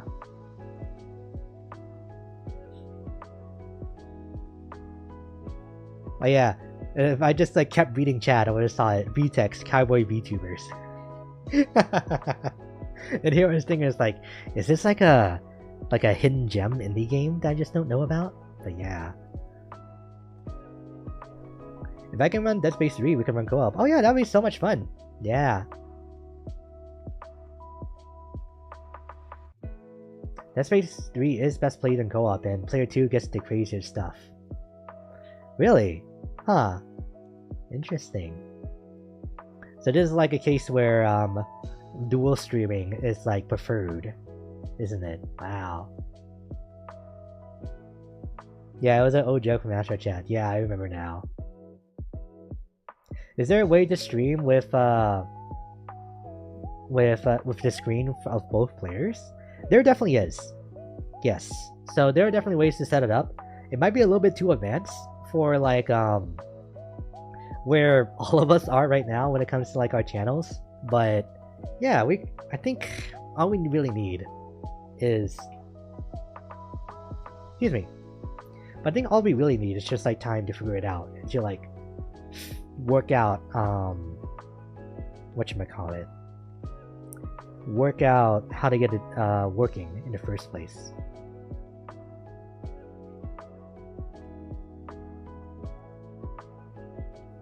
I have a drawing tablet. I am learning how to do digital art and rig stuff. Ooh. Yeah, because I think you did mention that you were like dabbling with that stuff, but I don't think you mentioned that you were even like trying to learn how to do rigging too. Nice. Oh, speaking of hidden gem indie games, Crosscode. Oh, and they just announced a new game too. Really? What is that game about? Let me look it up. Crosscode.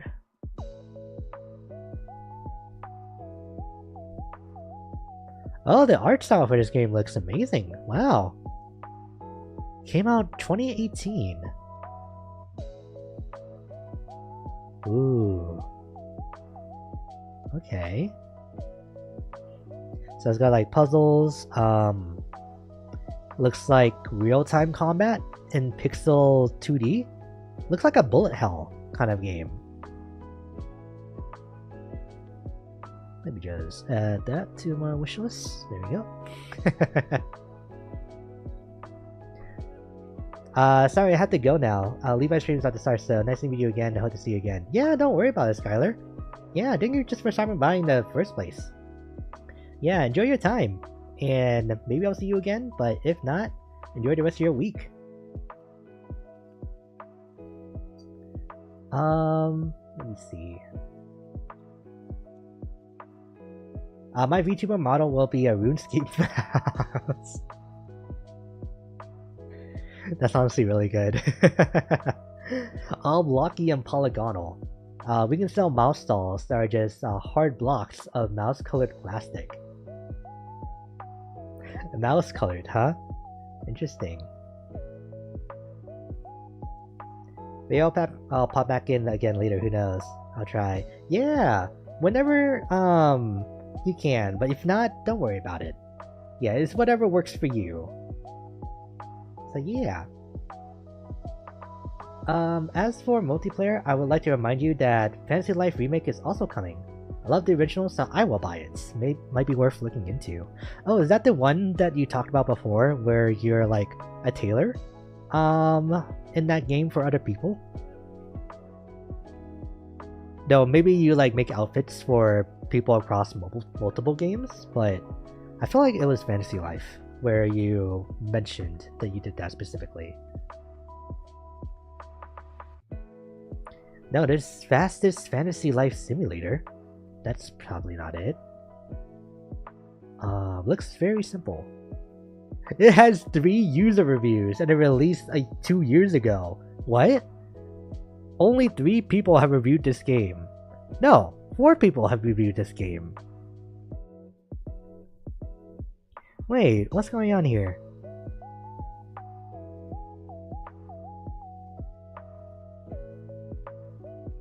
Okay, so the game only lasts like 5 minutes? What? It's $1? Okay, if this is like any kind of shovelware game, it would be this one. Interesting. No, that is the gacha game I play. Also, I do make fashion in multiple games, but Fantasy Life is a different game. Oh, I see. I see now, okay. Let me look that up to see what platforms it's on. Because I'm not finding it, like, on Steam. Oh, okay, this one.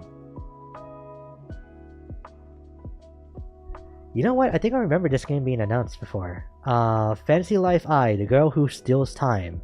Because I think I remember the direct that this came, or this was announced in. Yeah. Okay, it's coming out on the Switch, first and foremost. I think that one might be the remake you're talking about, or maybe it's a sequel. But yeah.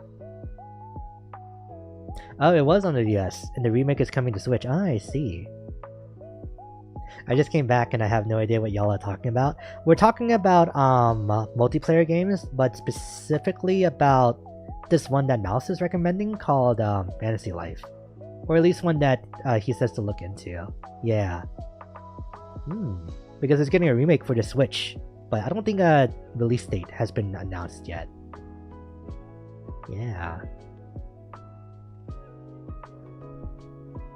The game is like... Imagine a sort of simple, cartoony Diablo, but with Animal Crossing. Yeah, that's kind of the vibe that I'm getting from it, honestly.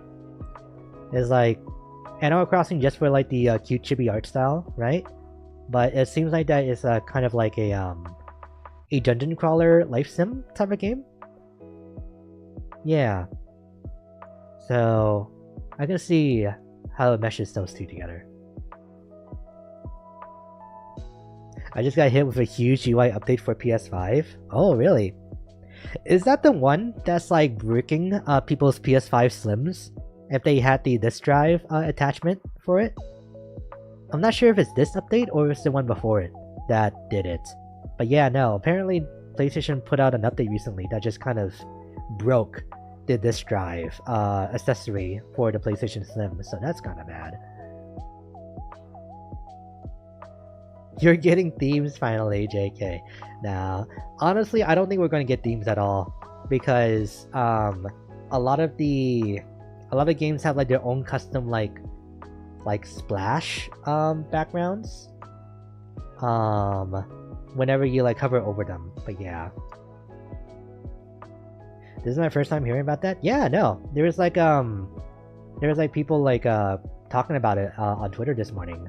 How there was like an update that was kind of like making their disk drives for PS5 Slims like unrecognizable. Yeah.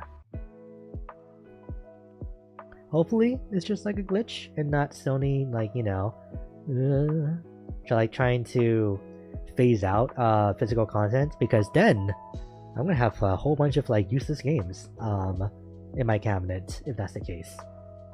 Because I have quite the physical collection, all things considered. PS5 will get themes when the Switch gets themes.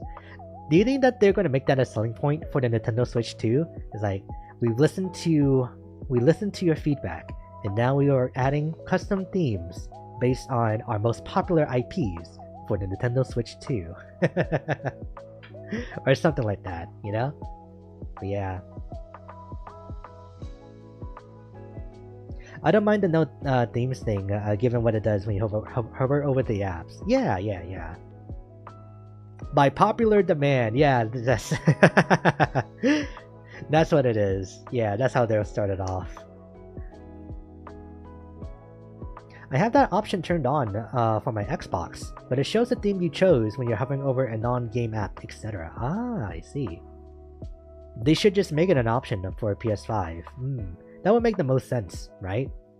Or maybe you can like pick and choose, have the most customization options by being able to pick and choose like which games like replace your theme or something like that. But yeah,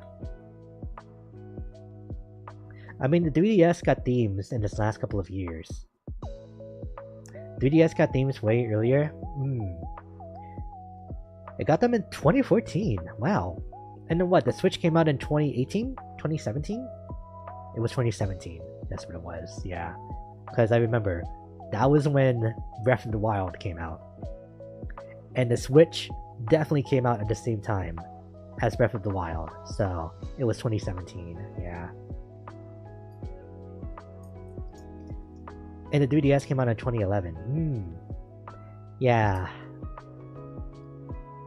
Yeah, so that's about a 3-year gap. So the Switch definitely would have had to have gotten it by now. The Switch themes options is actually just a tease. Could you imagine, like, how much like good marketing that they can do with the themes too? Because like, what if like they have like a just like a default theme, right? But like every so often, it like changes to kind of show like a silhouette of like a upcoming game that they want to like focus on. So like normally it would be like all of the big name flagship characters, right? So you have Mario, Link, Samus, Kirby, and all of those people from Smash. But then like occasionally they would like change it so that it would kind of focus on a particular franchise leading up to their release. But yeah. You have themes on Switch though. Light theme and dark theme. Those are modes, not themes. No pun intended. But yeah. Anything to save us from the boring Switch home menu, please. Yeah. It's very like a homebrew like type of feel to it, you know? When it comes to its styling and all that stuff. Yeah. Kind of like the Wii U Plaza. Oh, did it do something like that before? Really interesting. Have it show a bit of the theme from a game whenever you scroll over it. So passing by Mario will have pipes and mushrooms spring up for a little bit, but disappear after a bit. Yeah, so kind of like what PS5 does with like their first party games at the very least. Yeah. So that could be something that they do. I tweeted that I was live, right? Yeah, I did. There you go.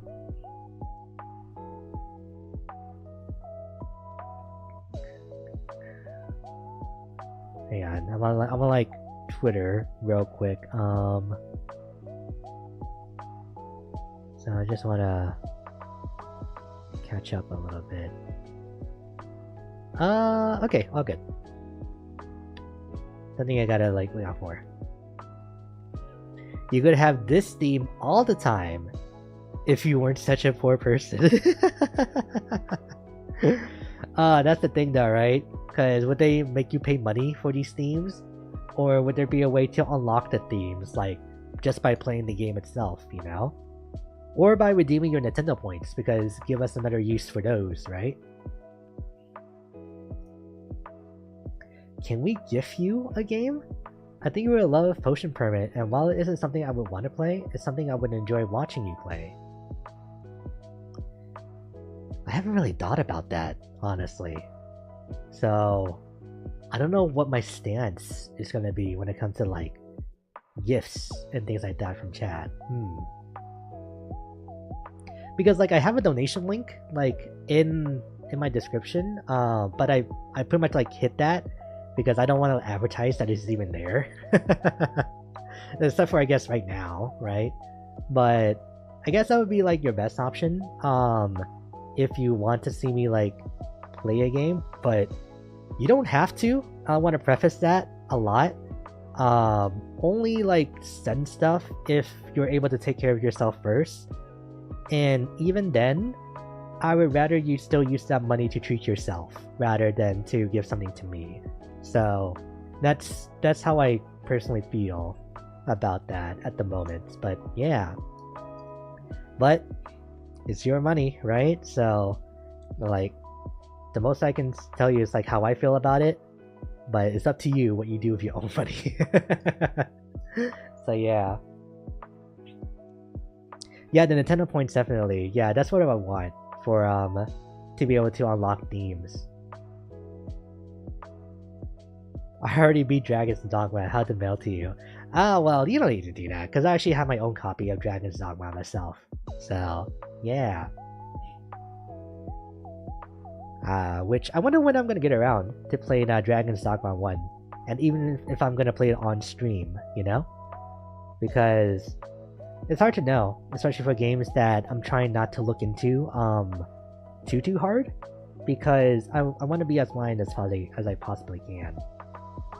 So it would have to be a franchise that I'm already familiar with, like Fallout, for me to want to check out games that I don't know anything about, or I just have to be like really wowed by a trailer to just like go in and see, oh, that's what I want to stream.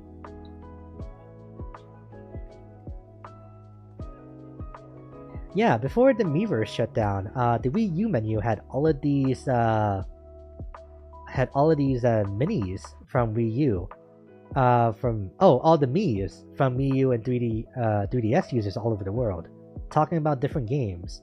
You can see what games they were talking about. Oh yeah, I remember that. Yeah, I never owned a Wii U myself, but I definitely remember just seeing pictures at the very least of like all the Wii U plazas.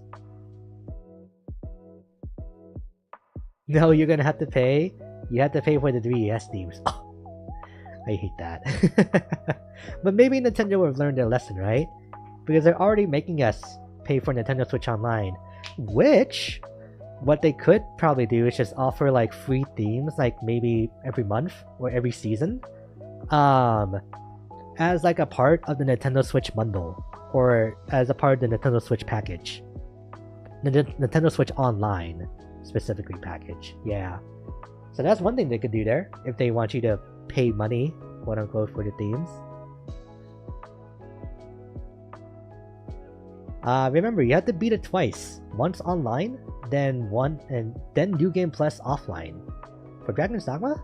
Huh. Interesting. Got a whole 18 pages of these little guys. Hashtag no bias. I see. I read no bias like a name rhymes with Tobias. Oh yeah, I can definitely see that too. Honestly, I read that as nobles at first, so at least you were better than me in that regard.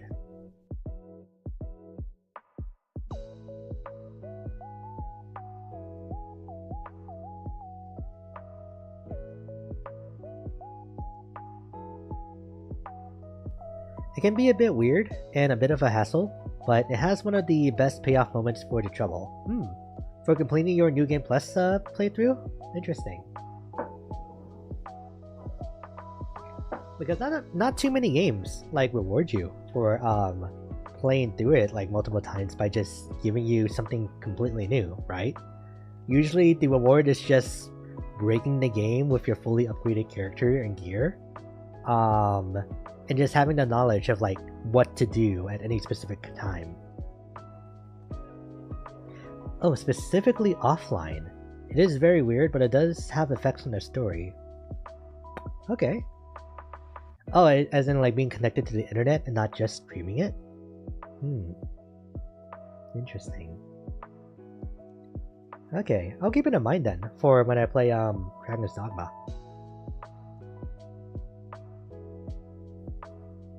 Alright. Ooh, I actually had to turn off my fan because I think it was starting to make me get a little sick. Just because it was just like blowing on me just like ever so slightly. Yeah. But very interesting. Let me see. Is there anything that's been happening like in the world that I can talk about? I don't think so, really, right? Because I really haven't been talking about like specific hobby stuff for like the past half hour, 50 minutes, something like that. Yeah, we've been on like this kind of stuff for a long while. Yeah. Which apps do you use for VTubers for your VTuber model? So I use VTube Studio as like my main program. But I also have like some other like accessory programs that help with my tracking.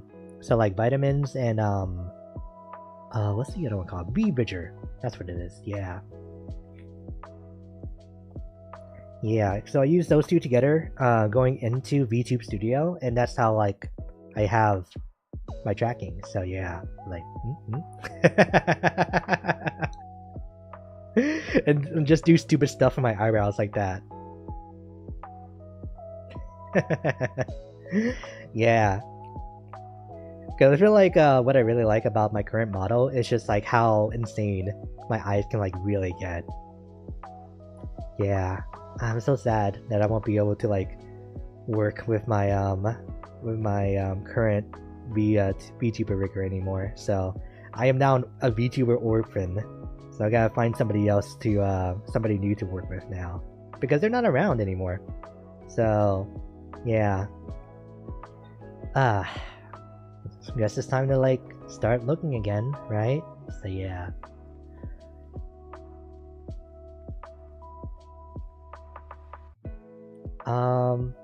Oh, offline for the New Game Plus playthrough. Oh, okay.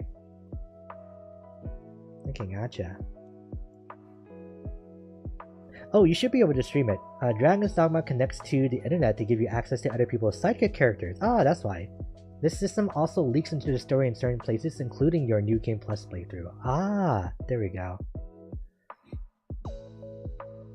Lily, hello! Hope your evening has been going good so far. Yeah. Hope your day hasn't been too rough on ya. Who's your favorite Fallout 3 character so far? Favorite Fallout 3 character, huh?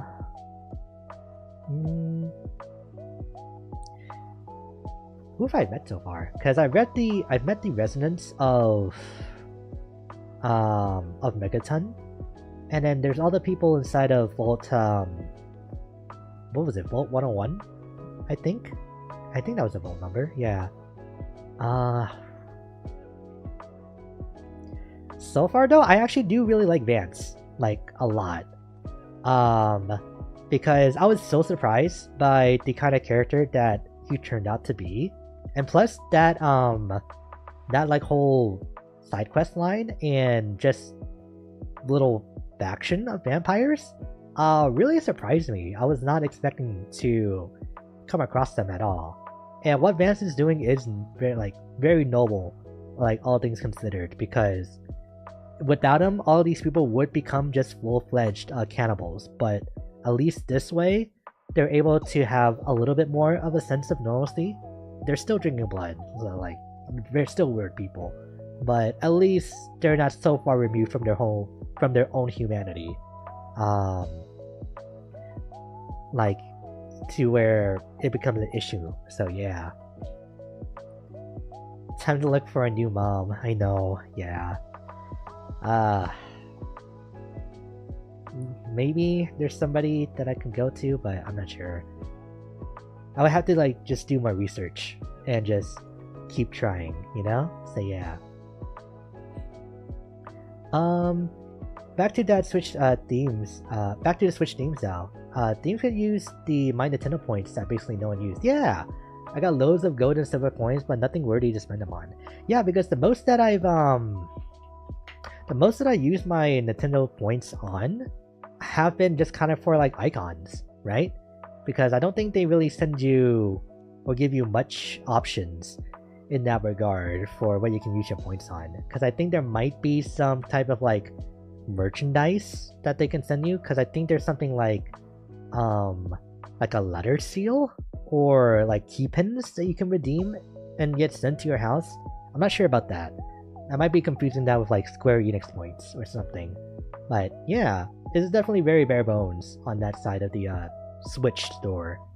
So it would be a good way to spruce that up a little bit. Yeah. I just remembered Costume Quest. I loved playing it when I was young, and the bundle is on sale for $7.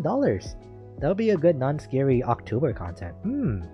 Oh yeah, for just like a relaxing like Halloween type game.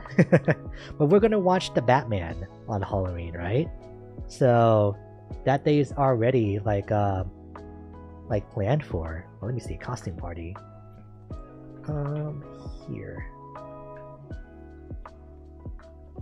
Oh no, wait, was it costume party or costume quest? Costume quest. I don't know why like my mind like changed that around. There we go. Costume Quest 1 and 2 bundle. It looks like a very cute game too. Here. Offer ends September 22nd. Oh, this reminds me of like PlayStation 2 games. Wow. Okay. No, maybe more like a Wii game? Okay, apparently someone in my family owns these games, so I think I should trust that as a testament to their quality. Oh, it's a Double Fine game. Psychonauts steps. Oh, no wonder! Wow. No wonder. Yeah. Costume Quest was really great for what it was. Very fun. Just plain fun and charming. I see. Yeah. Wait till he meets Three Dog? Oh, like the actual newscaster on the Enclave Radio? You get to meet him? Oh, okay. Interesting. One's not enough and two's too few. Oh, that's why he's called Three Dog? Yeah, watch along stream. Yeah, planning to watch the Batman for Halloween next month. Yeah, because it apparently just takes place around Halloween time in the movie. So, and plus the Batman is apparently like one of the better DC films that have come out recently. So, yeah. It's just gonna be like figuring out how are we gonna all watch it together, you know? So yeah. Oh, it's a PS3 game. Oh, interesting. Or at least the first one was. I've seen it on Game Pass before, so I've considered playing it. Ah. The Batman and the Joker are good movies. Oh, I didn't even realize that it's kind of playing off the same convention as the Joker movie, huh? Yeah, or at least naming convention of the Joker movies. Yeah, people loved those two movies, so I'm very curious. But I'm not sure if I would be a fan of just watching the Joker on his own, right? Because I'm always like up for like seeing like a good origin story. But it's like that would be about it. But trying to continue that on without having their heroes coming over to like thwart them doesn't really feel right to me, you know? Or maybe they're the heroes in their own way in their stories, you know? So who knows? To be fair, you could watch any Batman movie and it fit for Halloween. Probably true. Yeah, because it's the Riddler that's the villain in the Batman. I'm pretty sure. Because I thought it was Scarecrow at first, but I'm pretty sure it's the Riddler. Me and my friends do watch-alongs on Discord and one of us just screen shares. Yeah, but the only problem with that is that even if I do that, I think I could still get pinged by YouTube. Because I shouldn't be advertising a way for people to watch the movies for free, quote unquote. So that's like the only stipulation with like doing a watch along, right? Because I could just tell you where I'm watching it, and it's like, but then you guys will also have to find your own way to watch it and then sync up with me. So yeah.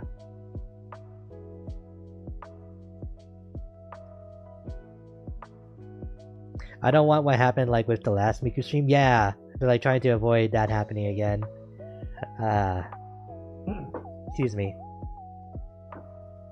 Though I don't think I ever got like a clarification from like YouTube itself about what exactly took down the stream live itself. I didn't get any like marks on the channel though. Let me see if I can find out. Yeah, because there's a whole bunch of like content ID showing up like inside of the stream itself, but it doesn't tell me like which one was responsible for whatchamacallit, for taking down the stream in the first place. So yeah.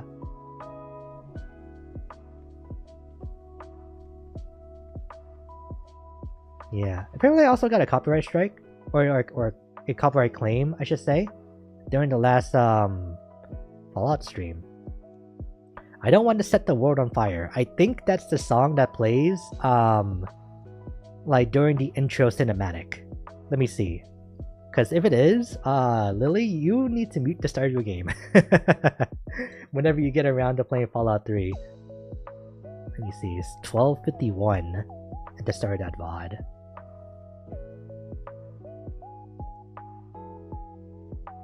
Yeah, okay, it's the opening movie. That song that plays when it's like panning out from whatchamacallit? From like inside the bus. Yeah. Yeah, thanks for the warning. Yeah, no problem. And that's not in public domain? It's probably not. What it actually is, I think, is that this specific rendition of the song is what got claimed.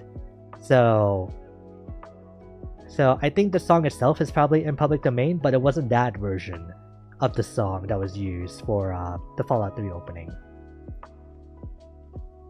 Yeah, so that's because there's weird things that can happen because of renditions of other songs, you know. It's the Riddler and the Penguin for the Bat movie, if I recall correctly. Ah, I see. I'm the Joker, baby. Well, however he says it in his accent. You might have to do like commentary over it so it's fair use. I'm not even gonna show the movie on my stream at all. So it's just gonna be a timer, like to just kind of sync up with you guys. Ooh, what I should do is that I don't know how this is gonna like work, but if I can like keybind the timer, like the timer start and stop buttons to the play and pause button for whatever video player that I use to watch the Batman, then that would mean that I would be able to sync up the times perfectly for whatchamacallit.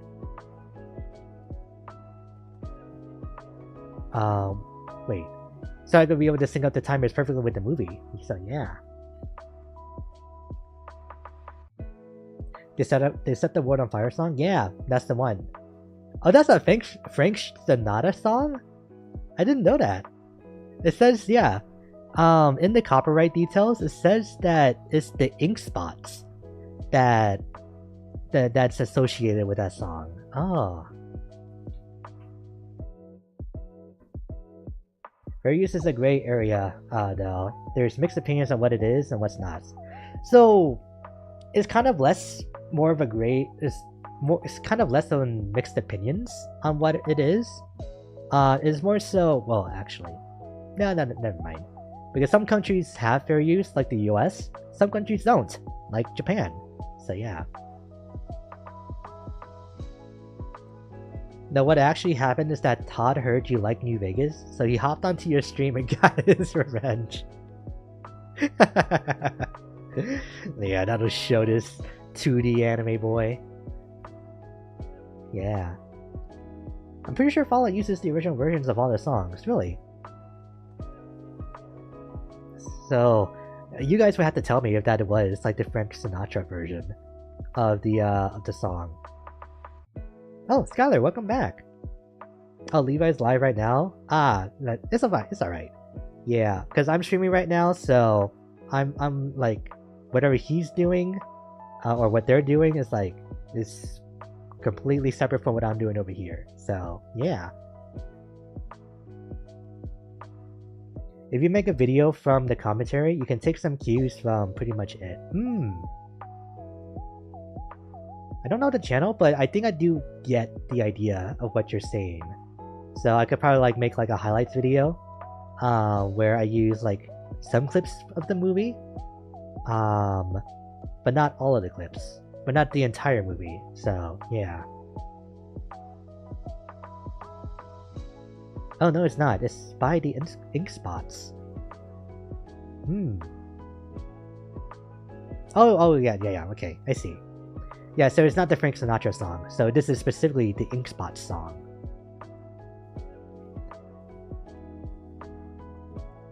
Ink spots also did maybe and a lot of songs Fallout used. Oh, I see. Ah, so I believe Fallout uses the original? I see. Gotcha, gotcha. Yeah, so it's just like one of those cases where it was like, it kind of sucks, but it makes sense. Oh, but this does mean that the radios in-game are safe for Fallout 3. Because towards the end of the stream, I just like kind of said F it and just turned it on because I wanted music to listen to while I walk through the wasteland, right? So yeah, but those songs that play on like the Enclave radios and stuff like that, those are safe. So far. I'll have to stream like one or two more times to just doubly make sure. So yeah. I know a lot of really old songs thanks to Tony Hawk games, believe it or not. Huh. Interesting. But I feel like that kind of checks out, all things considered. Yeah. Music copyright is the author's lifespan plus 70 years. Okay, so does that mean that if you live to be like 70 years old, then the copyright on your songs would be 140 years after your death? Is that right? That's a long time. Because I think it makes more sense that it's for as long as you're alive, and then after you die, then it's 70 years. Oh, I think the classical stuff might be safe, but don't quote me on that. Oh, okay. Ah, gotcha. Alright, we'll just have to see, right? So yeah. Original versions means not royalties to pay. Okay. I'll tell you all about it tomorrow. Ah, gotcha, Skylar. Yeah, I'm not streaming tomorrow. I stream like pretty much every other day. Excuse me. Yeah, I pretty much stream like every other day, but mainly Tuesdays, Thursdays, and Saturdays. Yeah. I have my schedules posted on Twitter and on my community tab every week. So yeah. Just sing a really bad cover. Hang on, I need water. Hydrate. Hydrate.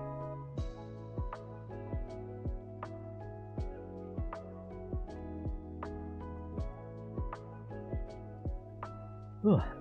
Okay. Okay. That'll do it.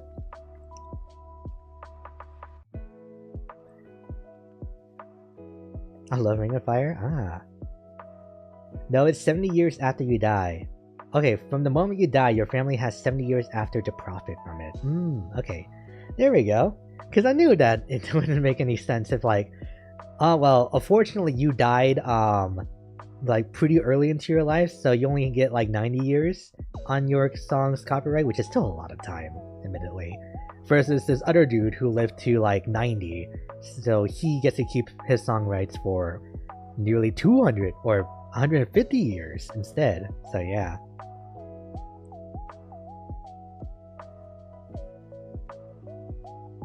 Singing badly is really fun, yes.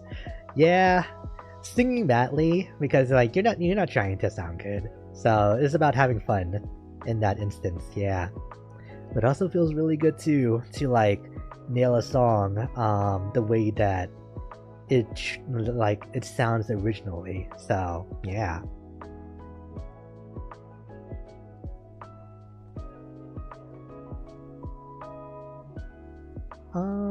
Here we go. Yeah, I'm so excited to like continue Fallout 3 this upcoming weekend. It's honestly been a little hard for me to like wait to play the game again, because normally I probably would have like branched off to do some side quests on my own by this point, but because the game is like so short and there's not really that many side quests to begin with, I'm going by Nai's recommendation that it probably would be fine to like do everything on stream without it taking too much time to finish the game. So yeah, but then that means I can't even start a new character, because then I can only play up to the part that I'm at, and then even in that case I'll be only be able to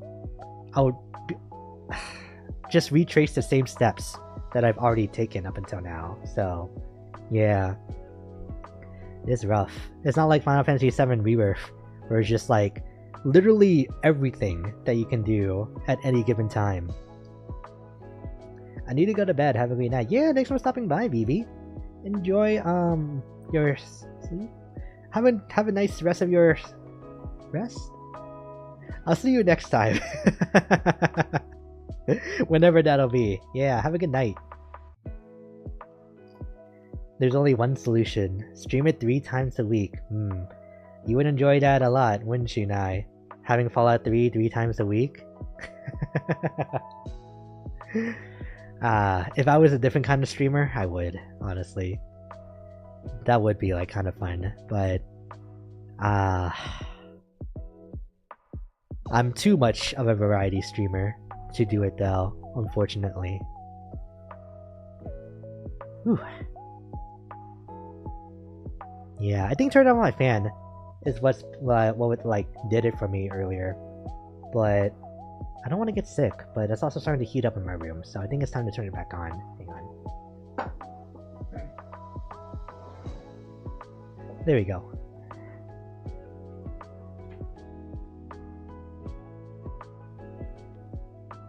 Because with this fan in particular, actually, it is a tower fan, but it's not a rotating tower fan. It's like one of those curved tower fans where it blows out air at a curve on its cylinder, and it's supposed to promote like air circulation inside the room by curving it that way. But I don't know, I think I still prefer like the fully straight on, just like normal rotating back and forth tower fan. But yeah, this one gets like pretty cold though, I will say, so I do appreciate that.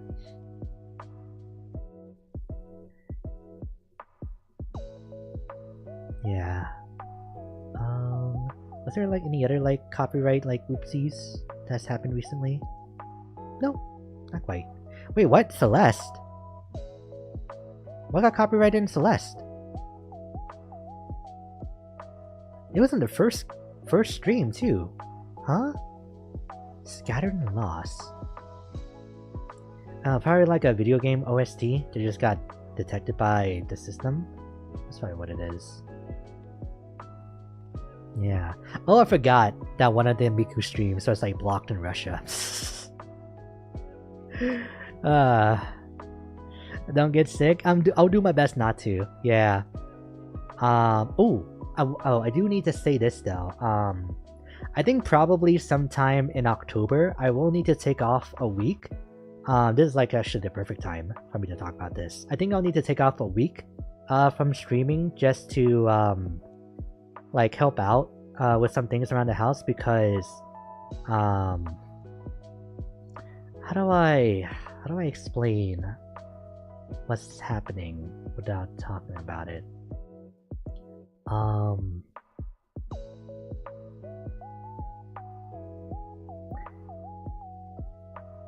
Okay, I should talk about this because this will impact how I stream, and like once I come back, things might end up being like pretty different with how I end up streaming. So okay, very important topic that I can't believe that I kind of neglected to talk about.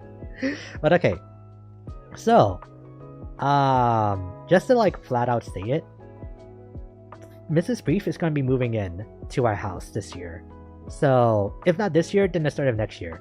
But the earliest that she might be able to move in will be in the middle of October. But so yeah, I'll need to take at least a week off whenever that's about to happen to, one, deep clean the room so that everything is like nice and pristine for her, and also that she can have a place to like put all of her things. But then two, I also want to like kind of remodel the room so that maybe I could optimize the space so that it's something for both of us to be able to like be inside at the same time, and also so that I can like maybe do more things for streaming. Because with my current setup, it's like alright, but if I can move my desk to the other side of the room, that would help a lot with just dampening a little bit more noise that's coming from the other rooms. Because this is also right next to the door too, so that's also doesn't help. And then maybe I could like dust off the like keyboard that I have like off to my side, and then I can hook it up to the PC, and then we can actually do like little piano streams and like in the future. So yeah, thank you guys. If she's like lurking in the chat, I know that she's probably like what's the word, like dying from embarrassment. It's like not even acknowledging this, but yeah, but she's probably asleep right now. But yeah, but that's also the thing, because we're gonna be sharing our room, because every other room in the house is taken. So we need to figure out how streaming is gonna work, because she has to wake up in the morning at like 5 a.m 6 a.m to drive to her job. So that means that I can't really do nighttime streams. But then that also means that any of you guys that are in the West Coast probably won't be able to catch my streams live anymore. So I still want to try to keep the nighttime slots, just because of that.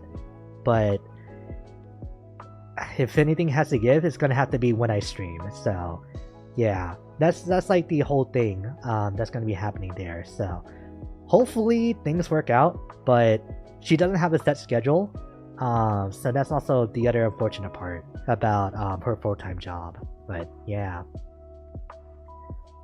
But he's getting married. That'll come eventually. TM. The other variant of soon. But yeah. Or better yet, get sick and tired of videos that diseased VTuber plays. I don't know how well that'll like do in terms of like search engine optimization or anything like that, but it could be an untapped market. You never know. In summary, Mrs. Brief will be replacing Aiden in streams starting October. Yeah, we gotta figure that out. Like, but right now we're just focused on the moving in part. Because she has a trip going to a concert in this upcoming October. So she's focusing on that at the moment.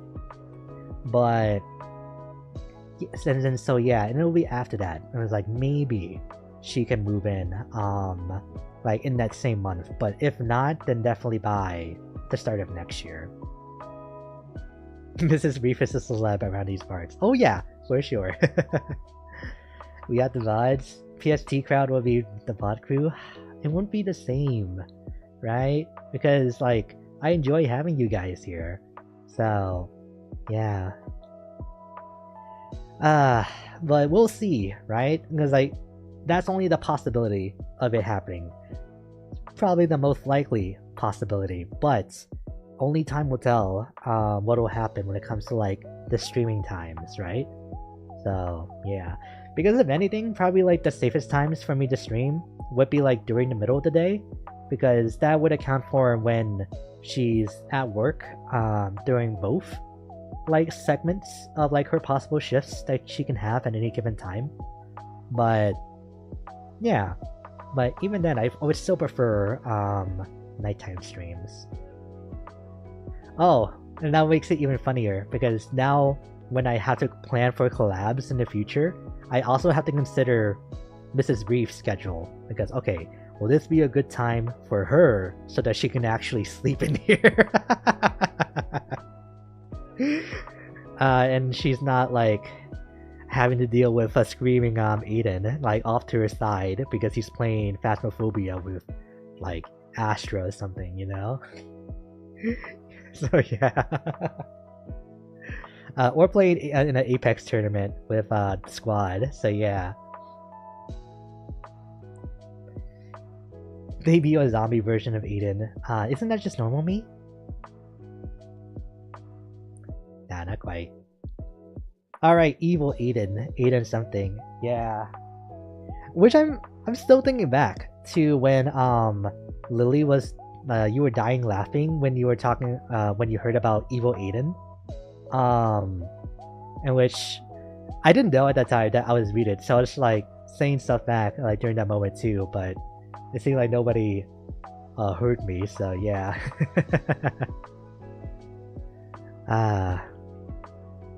But yeah.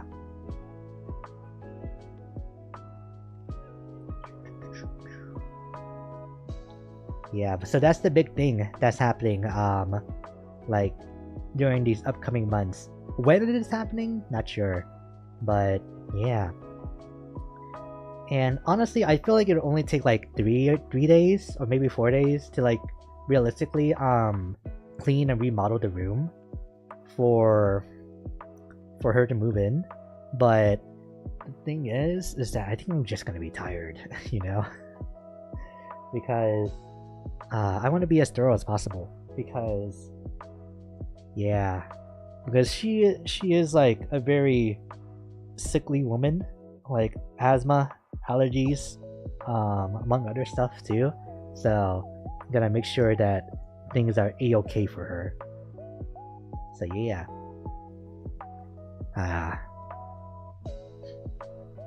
I say that, but really those are like the main 2 things that she has to worry about at any given moment, so it is fine. Excuse me. But yeah.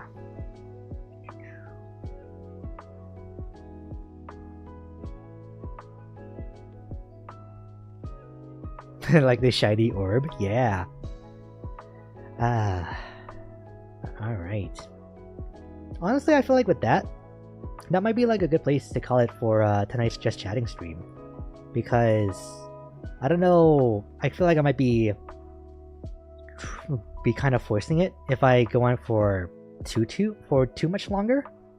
And this was like a good like depth with whatever of like topics that we could have talked about tonight. Yeah. Congratulations to you both.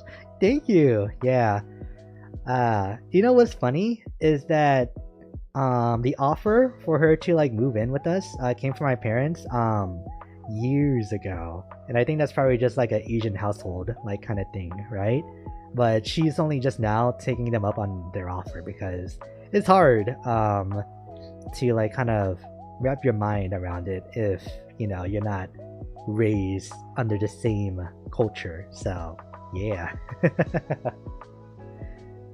So at the very least she won't have to worry about my parents like or like getting on well with them, right? Because they were the ones that extended the offer to her in the first place. But yeah.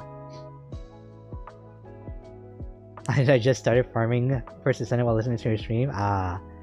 Yeah, well, I'm getting sleepy. And then plus, I think this is a good time to just kind of unwind for the rest of tonight too. So yeah. We stand Mrs. Reef here. Yeah. Aiden's okay too, I guess. Yeah, she's pretty awesome. Me, not so much. I'm just a nothing brief kind of guy, you know?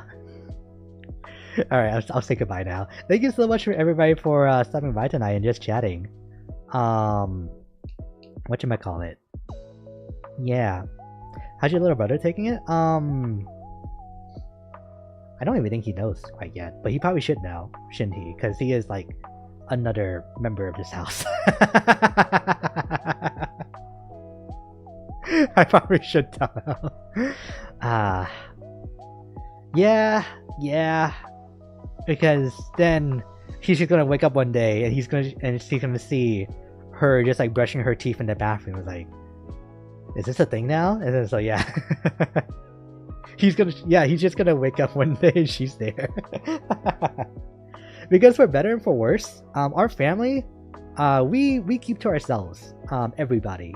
So like my mom is in her separate room, my brother in his separate room, my dad in his when he's home, and then of course me too. So yeah. So I think Mrs. Reef moving in is gonna be quite the shakeup for sure, because she comes from a very like connected family where they talk to each other like all the time. So it's gonna be interesting to see how that dynamic kind of changes when she moves in, if it does. So Yeah. Sir, take that back? Okay, I'll take it back. You're insulting her indirectly if you put yourself down, you know? Well, I don't really mean, like, it, like, seriously, after all, so... Yeah, but you are right. Yeah. I'm sorry, Mari. Will you forgive me? But yeah. Chaotic too, from what I know? Oh yeah, right. You were growing up so fast. Don't you know it? Because it was just her birthday, like, recently, so... Yeah, that's why I was out. No worries, I'm just a naggy old lady. Okay, now you don't talk about yourself down like that. So, if you're gonna get on me for that, it goes both ways. So, deal? But alright, I guess with all that being said, thank you so much for everybody for stopping by tonight. I am 10,000 years old. Oh, so you have a lot of wisdom to bestow, that's for sure. Yeah. But thank you as well to any lurkers, to all the bot watchers as well. And yeah. And anybody else who like stopped by during the stream but couldn't stay for the whole time. Yeah. But alrighty. With all that being said, I'll see you guys in the Deluxe stream this upcoming Thursday. And after that, Fallout. So yeah. But alright. Have a nice rest of your night, everybody, and I'll see you later. Bye!